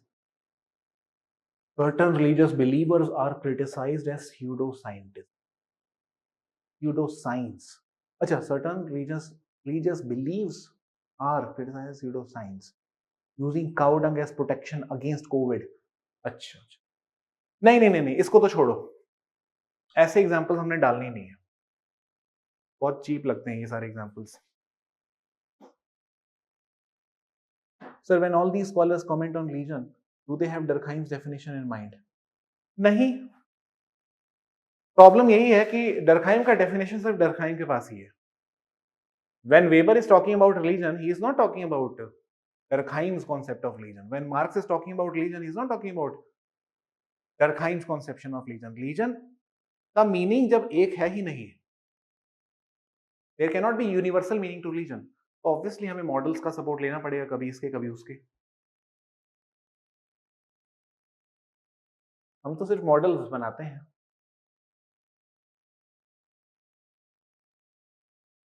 ठीक है, चलो फिर अब मैं ब्रेक लेता हूं. ब्रेक का कोई मतलब रहेगा ही नहीं अगर मैं क्वेश्चंस के आंसर देते रहूं. Audible?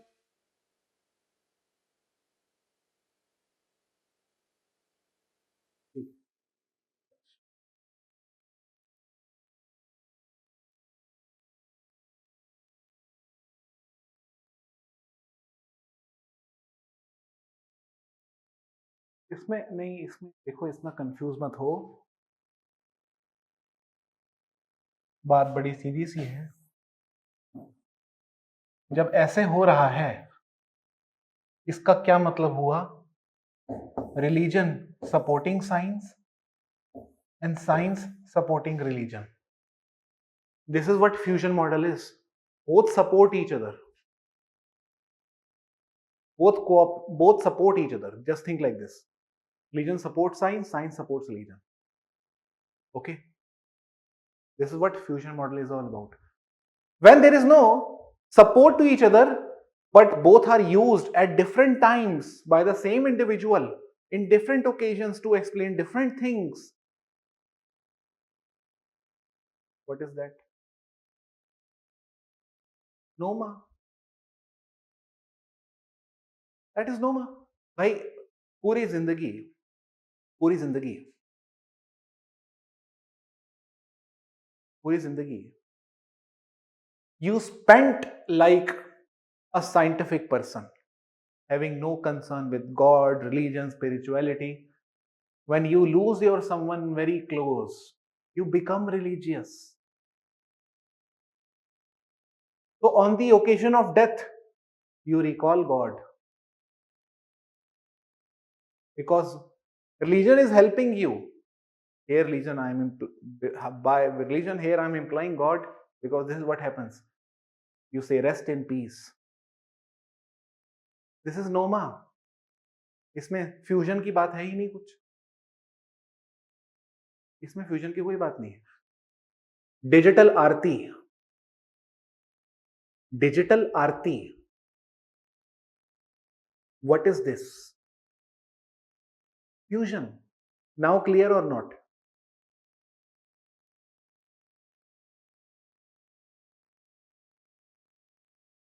Simple. Cyber religions, digital religions, ऐसे समझना है.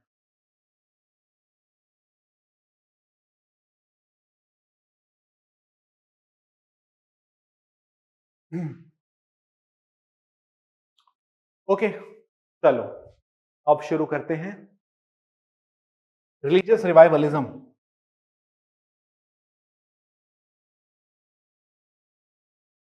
Religious revivalism.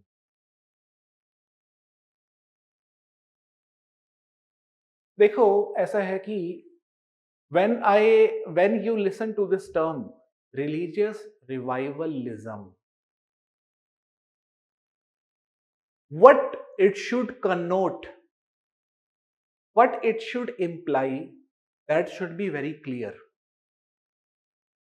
When you use this word religious revivalism, what is the meaning of this should be very clear. And remember, the meaning of religious revivalism is not one. There are multiple meanings to religious revivalism, because religious revivalism is of multiple forms, multiple types. Therefore, there is no one meaning. So what at max we can say is that religious revivalism has multiple forms.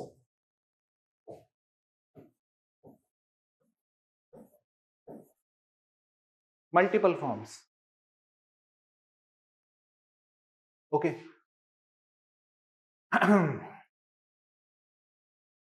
Suppose I launch a movement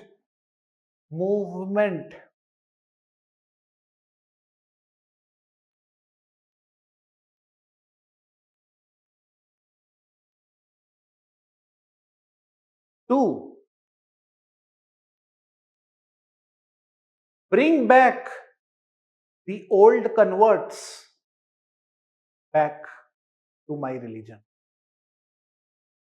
If I launch a movement to bring back all those Hindus who have converted to Islam or Buddhism into Hinduism once again, this is nothing but religious revivalism, a form of religious revivalism that was launched by Dayanand Saraswati.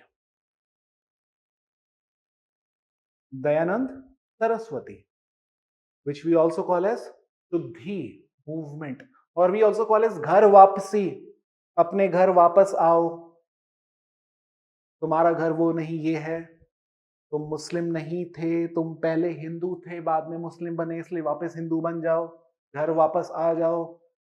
Shuddhi movement, religious revivalism. Okay, so therefore, when I am using religious revivalism to explain Arya Samaj movement, that is one form of religious revivalism. So Arya Samaj movement is nothing but revivalist movement. ये पढ़ा है कि नहीं पढ़ा है? We use this word revivalist movement even in modern history. करते हैं हम ये. देवबंदी मूवमेंट, देवबंदी, वहाबी. अच्छा, generally, historians, what they do, historian says there are two types of movement. ये history वाले ऐसे करते हैं, ठीक है? They say one is reformist movement, second is revivalist movement. ऐसे करते हैं वो. Okay, and how do they present revivalist movement? They present revivalist movement just as extremely conservative, just like D. Bonald and D. Meister, revivalist, because D. Bonald, D. Meister believed we should have monarchy once again, we should have patriarchy once again, we should have that same state system once again. Okay, go back to Vedas. This is what Dayanand Saraswati said. Go back to Vedas. Revivalist movement. Okay. D. Bonald, D. Meister also said it. Revivalist. Extremely conservative, we call them. Okay. And by that definition, Dayanand Saraswati is also extremely conservative. By that criteria, Dayanand Saraswati is also extremely conservative, but we also call Dayanand Saraswati as a reformist. ये करते हैं कि नहीं करते हैं? इसलिए ये जो बकवास आइडिया है हिस्टोरियंस का, रिवाइवलिस्ट और रिफॉर्मिस्ट बोलने का, ये नॉनसेंस है. ठीक है, इसलिए कभी सोशियोलॉजी में वो काम मत करना जो हिस्ट्री में करते हो. ठीक है, why? Because you cannot reform religion without reviving it, and you cannot revive religion without talking about reforms. This is the fact. इसलिए रिवाइवल रिफॉर्म कोई ऑपोजिट नहीं है एक दूसरे के, या कोई अलग अलग चीजें नहीं है. ये सब रियलिटी इज कॉम्प्लेक्स. उन्होंने सिर्फ एक मॉडल्स बनाए हैं जिसको एब्सोल्यूट रियलिटी मान चुके होते हैं हिस्टोरियंस, जो कि सिर्फ एक मॉडल ही है. रिवाइवलिस्ट को वाकई में रिवाइवलिस्ट बोलते हैं, रिफॉर्मिस्ट को वाकई में रिफॉर्मिस्ट बोलते हैं, which implies according to them रिफॉर्मिज्म में रिवाइवलिज्म नहीं होता, रिवाइवलिज्म में रिफॉर्मिज्म नहीं होता. ये नॉनसेंस है और कुछ नहीं, ना उससे ज्यादा कुछ, ना उससे कुछ कम. सोशियोलॉजी में सिर्फ सेंस होता है. And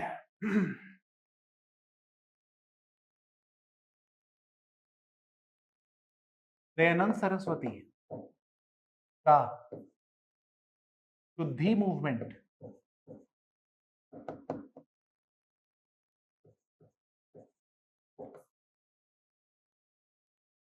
is labeled as revivalist because he is clearly asking us to go back to Vedas, to bring back the Hindus who have converted into other religions. घर वापसी, revivalism. Okay, ठीक है. But that does not mean that Dayanand Saraswati is purely revivalist. He is a reformer as well because he talked about abolition of child marriage, abolition of sati. He also talked about abolition of widow, the prohibition that was imposed on widow remarriage. He also talked about its abolition. So he is also a reformist. And he is also a fundamentalist.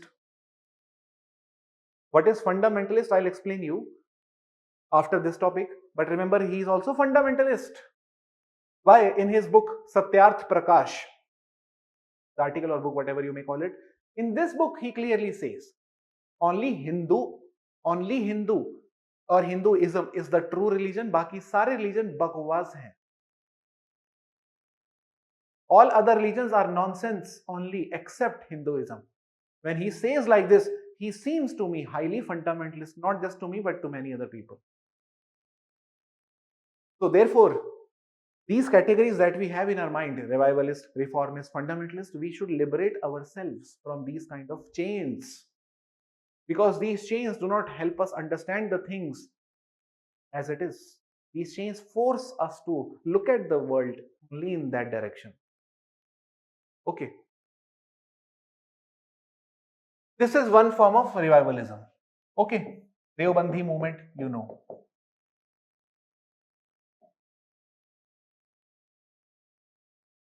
Then there is another form of religious revivalism.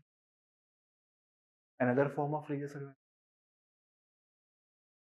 When Martin Luther interpreted religion to change the religion or to reveal the people that this is not what the Catholic teaching is, rather this is what Catholic teaching is. What is that? He is also reviving religion in a different fashion, which we later called as Protestant Reformation. But reform cannot happen without reviving religion. You are not reforming religion with the help of science or machines. You are reforming religion only with interpretation. You are reforming religion only with interpretation. That means you are reviving religion. You are inviting religion back to your life to reform it. So reformation cannot happen without revivalism. Okay. Protestant Reformation. Okay. And Protestant Reformation is not revivalist movement. Remember, ये तो इतना तो तुम्हें पता ही होगा, ये समझ तुम्हें आता ही होगा इतना, ठीक है. Protestant Reformation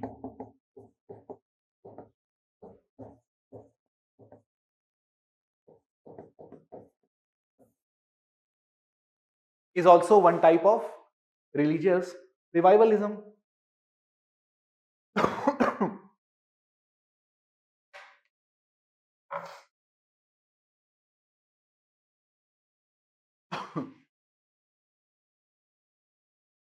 What could be the other possible forms of religious revivalism? New world religions. When we see proliferation of new world religions, every day we see multiple kind of cult formation. What is this? Religion is reviving itself.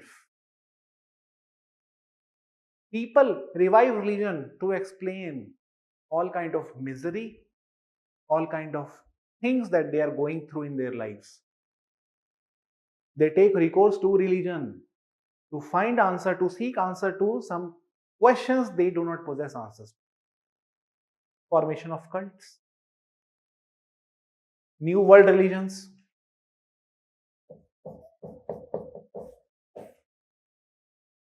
Man is inherently religious. He needs religion to explain many things in the life which cannot be explained by science. And therefore, religion is constant. Religion is not going to go. Who said it? And it is only this need of man, religious need, which is proliferating or facilitating or creating a market for new religions in this world in the name of cult. Spiritual revolution, हाँ Stark and बेम्ब्रिज बिल्कुल सही है. Spiritual revolution, crystal healing, meditation, these are nothing but new world religions. These are new forms of religion. These are spirituality is nothing new form. Spirituality, the people who profess spirituality, they will say there is a lot of difference between religion and spiritualism. There is a lot of difference between religion and spiritualism. They will keep on saying it. They will keep on seeing it. He will keep on saying it. Why?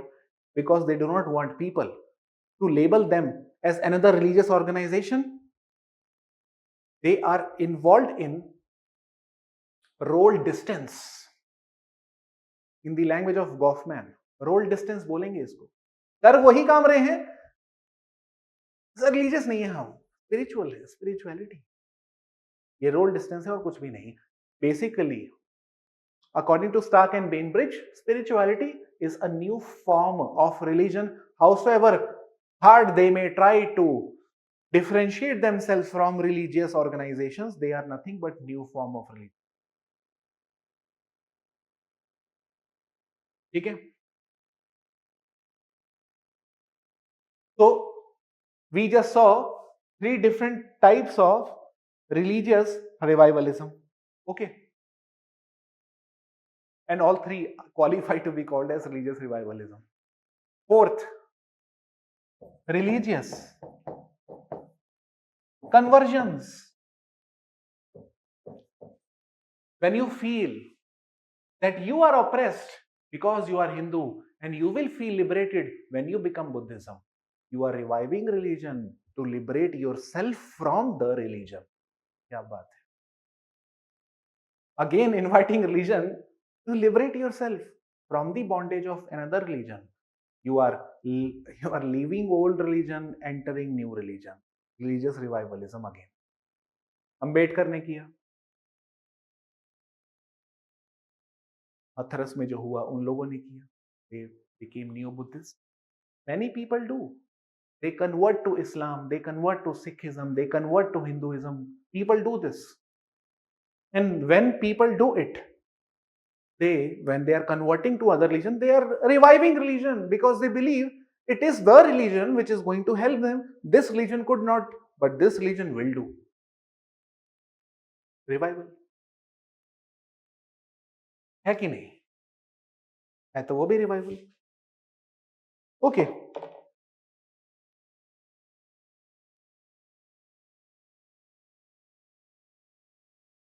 When UPSC is going to release the results of prelims, okay, you got to know that today results are coming. You start praying, God please मेरा करवा दे, please मेरा roll number हो, उस list में मैं search करूं तो मेरा रोल नंबर दिख जाए मुझे. You are reviving religion as an individual. As an individual, you are reviving religion. Okay. Sachin Tendulkar, after every century, would raise his bat like this with his helmet on either hand and look up in the sky, thanking his father and sister, worship, whatever that may be. Okay. Reviving religion on the ground.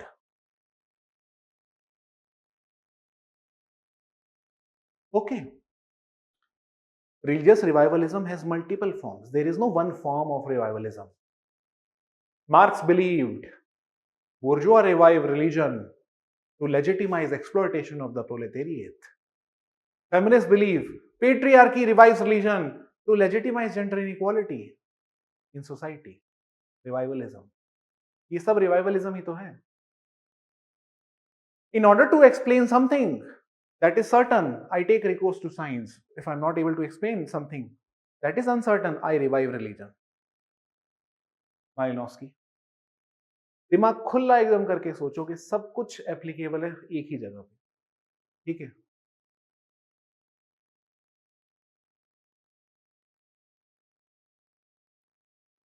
Can law of three stage क्यों आएगा? Law of three stage कहां से आ गया इसके अंदर? वो तो science को सीधा सीधा फेवर करता है। लॉ ऑफ थ्री स्टेज में रिवाइवलिज्म कहाँ है? वो तो बोल रहा है थियोलॉजिकल, मेटाफिजिकल, साइंटिफिक में रिवाइवलिज्म कहाँ है? ये तो रिवाइवलिज्म तो उल्टा क्रिटिक है उन सारी थ्योरीज का। Okay, because we invite religion every day for different reasons. Evolutionary theory could not envisage those things. It universally believed that universally science will prevail, religion will be no more there to explain the world. But we take recourse to both of them to explain the world. Okay. Fundamentalism.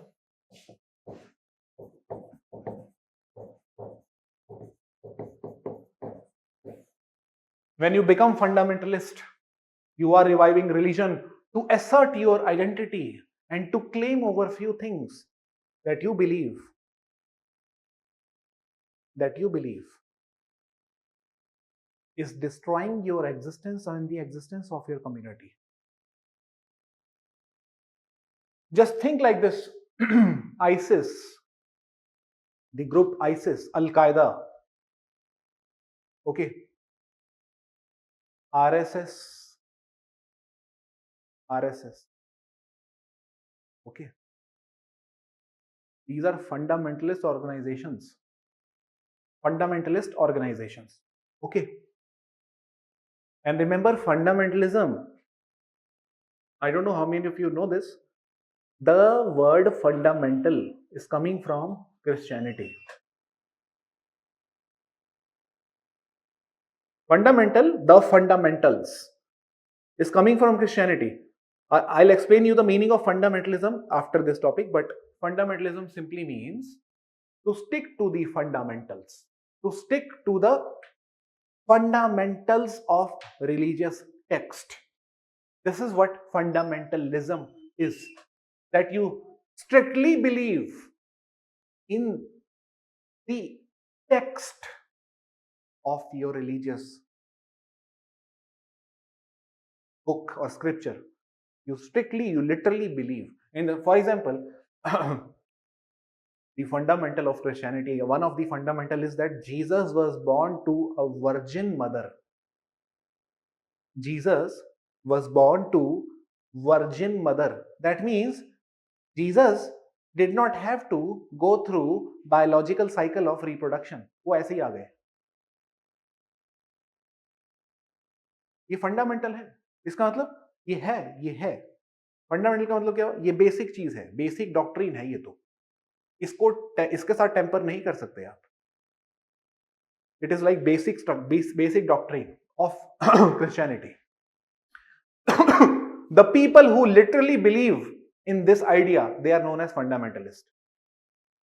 Fundamentalist का मतलब वो नहीं होता America पे वो बंदूकें चला रहे हैं, वो थोड़ा ना फंडामेंटलिस्ट होता है. वो तो एक फॉर्म है, एक अलग चीज है, वो पॉलिटिकल है. ठीक है, उसकी भी बात मैं करूंगा.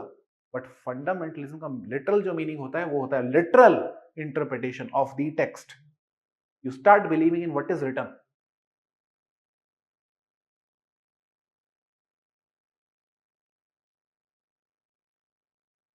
कर्टी Lee popularized this term.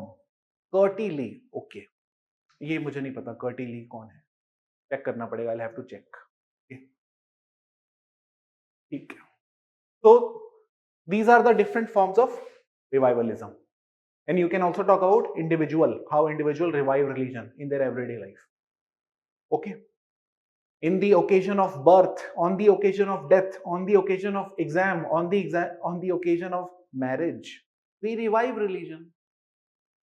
These are the four basic stages of our lives, जिसको हिंदू फिलॉसफी में आश्रम्स बोला जाता है. Ashrams, birth, death, marriage, exam तो चलो आज का है.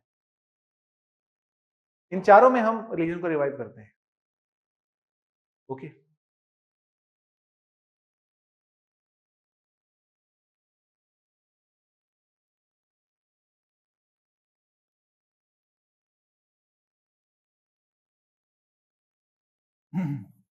Now, the question is, the question is, secularization thesis told me that religion is declining and losing its significance. Religious revivalism is telling me that religion revives, does not lose its significance. That means secularization and revivalism are opposite to each other. Simple.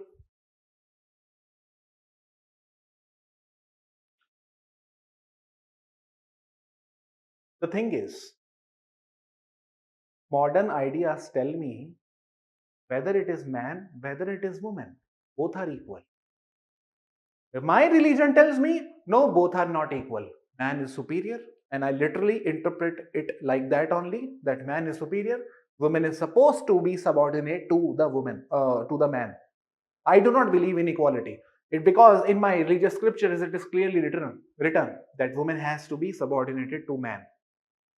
And when I act like this, therefore I would be very much against all the modern ideas. Modern ideas tell me you can be fashionable, you can uh, clean shave, you do not have to keep that long beard. Okay, you can look western, you can look cool. But when I try to clean shave, fundamentalists would emerge. They would say, you are fallen sick. Fallen sick ho tum, fallen. गिर गए हो तुम, गिर गए हो. You are fallen sick. Bhindra वाले. Religion. In 1970s, Iranian revolution happened. Okay, Iranian revolution happened. Ayatollah Khomeini was against the order of Shah. Okay, who was installed by American democracy to spread modern Western ideas in Iran.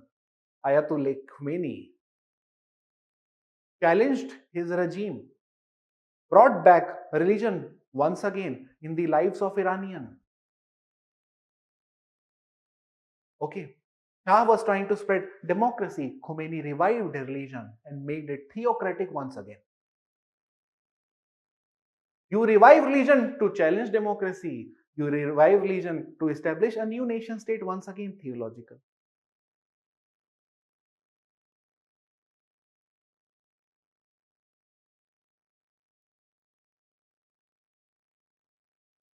Write down.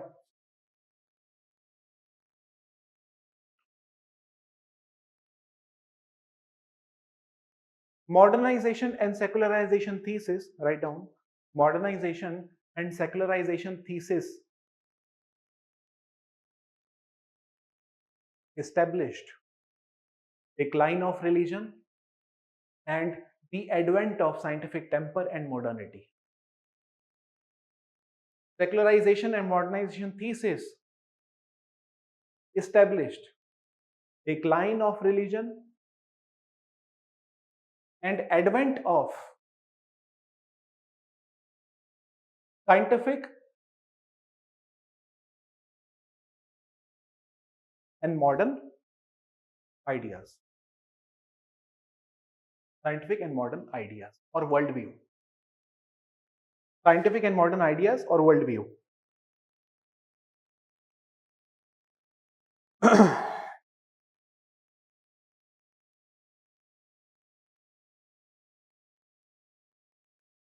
However, however,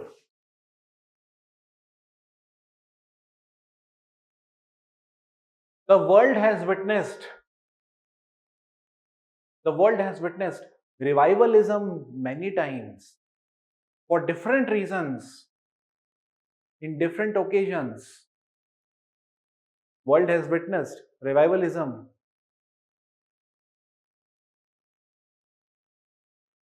at different times for different reasons in different occasions, which is which is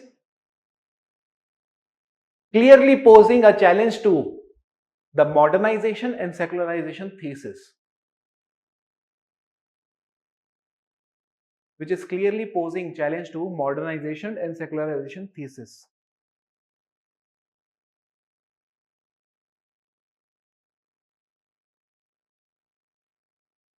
okay, modernization secularization thesis मुझे बताने की जरूरत है नहीं, you know this, बार बार उसमें बताने का कोई मतलब है नहीं, ठीक है। अभी तो हमको सीधा ये टॉपिक पढ़ना है।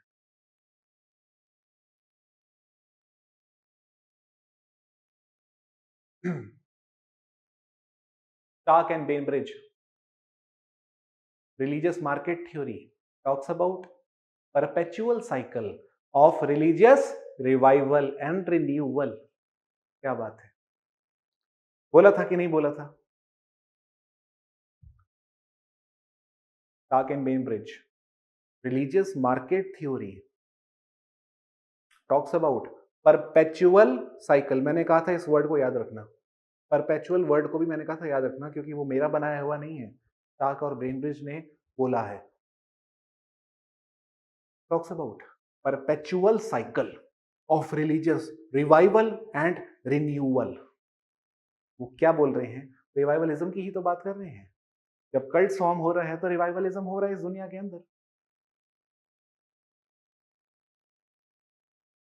तुम लोगों ने एक चीज नोटिस करी कभी इस दुनिया में, इन दिस वर्ल्ड, जब भी कोई क्राइसिस आता है, whenever any sort of crisis comes in this world, that crisis comes in America first, according to movies. For example, the end of world, the name of movie is End of World, and what is ending? America is ending. जब America खत्म, world खत्म। जितनी भी दुनिया में तुम movies देख लो, जब दुनिया खत्म होने वाली मूवीज बनी है उसमें अमेरिका ही है सिर्फ, और कुछ नहीं। डूम्सडे देख लो, 2012 देख लो, कुछ भी देख लो, अमेरिका ही डूब रहा है और उसको दिखाया जा रहा है दुनिया डूब रही है। जब अमेरिका डूबता है तो क्या है नेक्स्ट सोल्यूशन?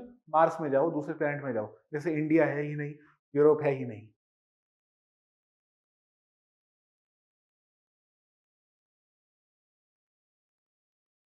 एनीवे इसको मैं आगे बताऊंगा।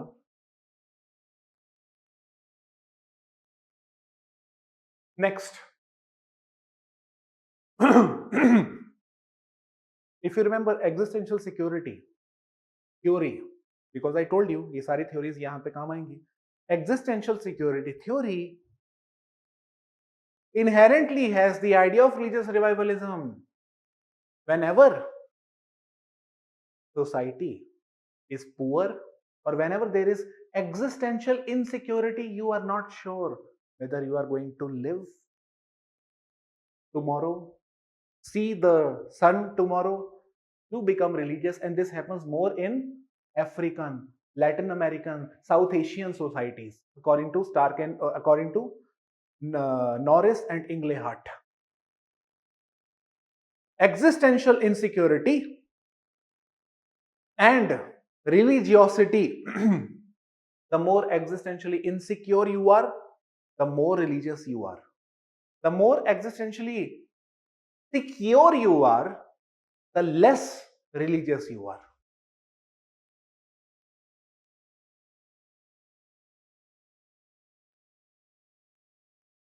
वो उसका ध्यान रखना ना, मैंने इनसिक्योरिटी और सिक्योरिटी ऐसे से यूज किया है, इसलिए वो लग रहा होगा तुम्हें। मैंने बोला है जब एग्जिस्टेंशियल इनसिक्योरिटी ज्यादा हो तो रिलीजियस ज्यादा हो, और दूसरे महीने में क्या बोल दिया मैंने? एग्जिस्टेंशियली सिक्योर जब हो तो रिलीजियस नहीं हो। मतलब मैं कभी इनसिक्योरिटी यूज करूँ, कभी सिक्योरिटी। कहने की कोशिश मेरी क्या है, सिक्योरिटी और रिलीजियोसिटी उल्टा चलते हैं, इनवर्सली प्रोपोर्शनल है। ओके, इसका मतलब क्या है? Poor countries revive religion more than rich countries. And they clearly said religious people are born more than secular ones. And why poor countries revive religion more than rich ones? Because in the poor countries, people are not certain about whether they are going to see the daylight, sunlight tomorrow.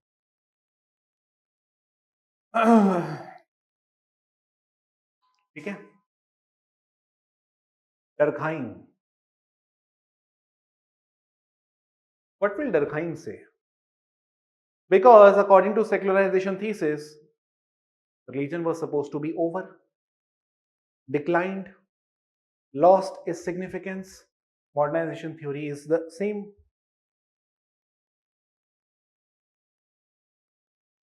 Durkheim says, as long as we have societies, so long we are going to have morality. And so long we are going to have collective notion of what we consider as sacred. जब तक sacred है तब तक religion है. इसका मतलब religion तो तब भी रहेगा. Okay, so societies ruled by religious norms may be over. But even in society ruled by scientific norms, we will revive religion. Because without sacred, there cannot be humanity or morality.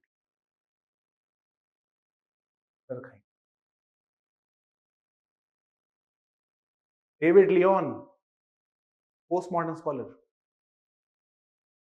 was a challenge to secularization thesis only. When he talks about rise of private religions, believers who do not belong, and the process of re-enchantment. This is nothing religious revivalism again.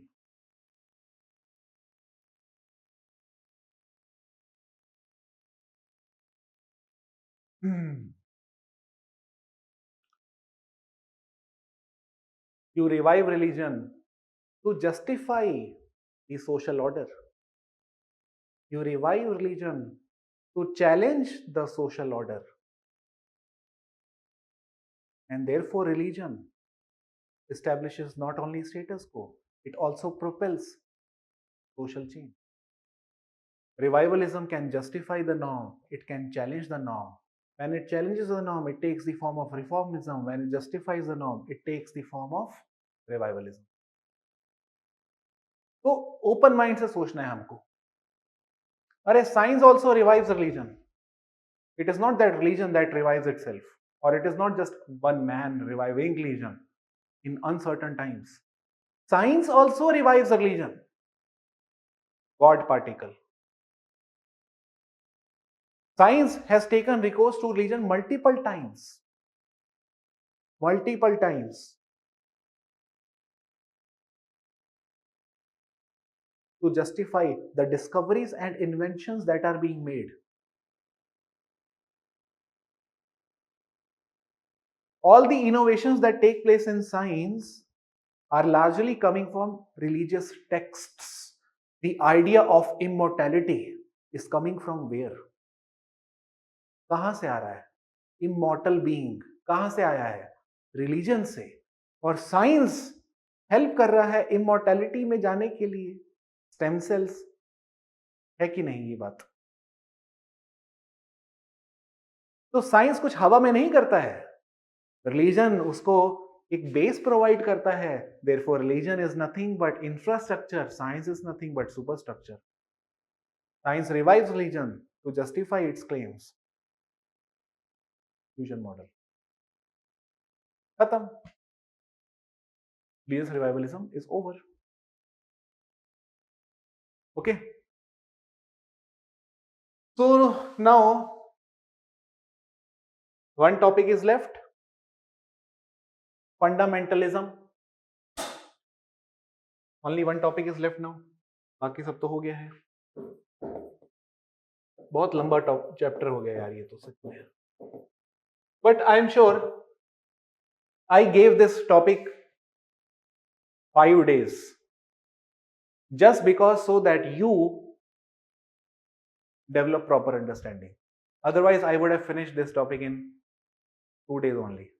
सिर्फ तुम लोग के लिए 5 दिन मैंने दिए ताकि तुम्हें अच्छी से अच्छी अंडरस्टैंडिंग हो खुल के सोचो, और ऐसा ही कुछ टाइम जो है पॉलिटिक्स एंड सोसाइटी में भी देंगे, बट उसके बाद नहीं। ओके, उसके बाद I would expect you to think on your own many things in paper one. I am saying paper two मुझे क्योंकि ढंग से पढ़ाना है, I have to teach paper two properly this time. I really want to save lot of time for paper two. Okay, तो that is why इसलिए paper one मुझे जल्दी खत्म करना है। ओके, तो I hope there is no doubt.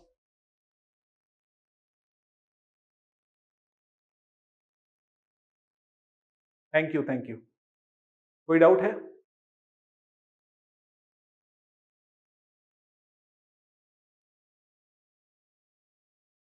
ठीक है, चलो,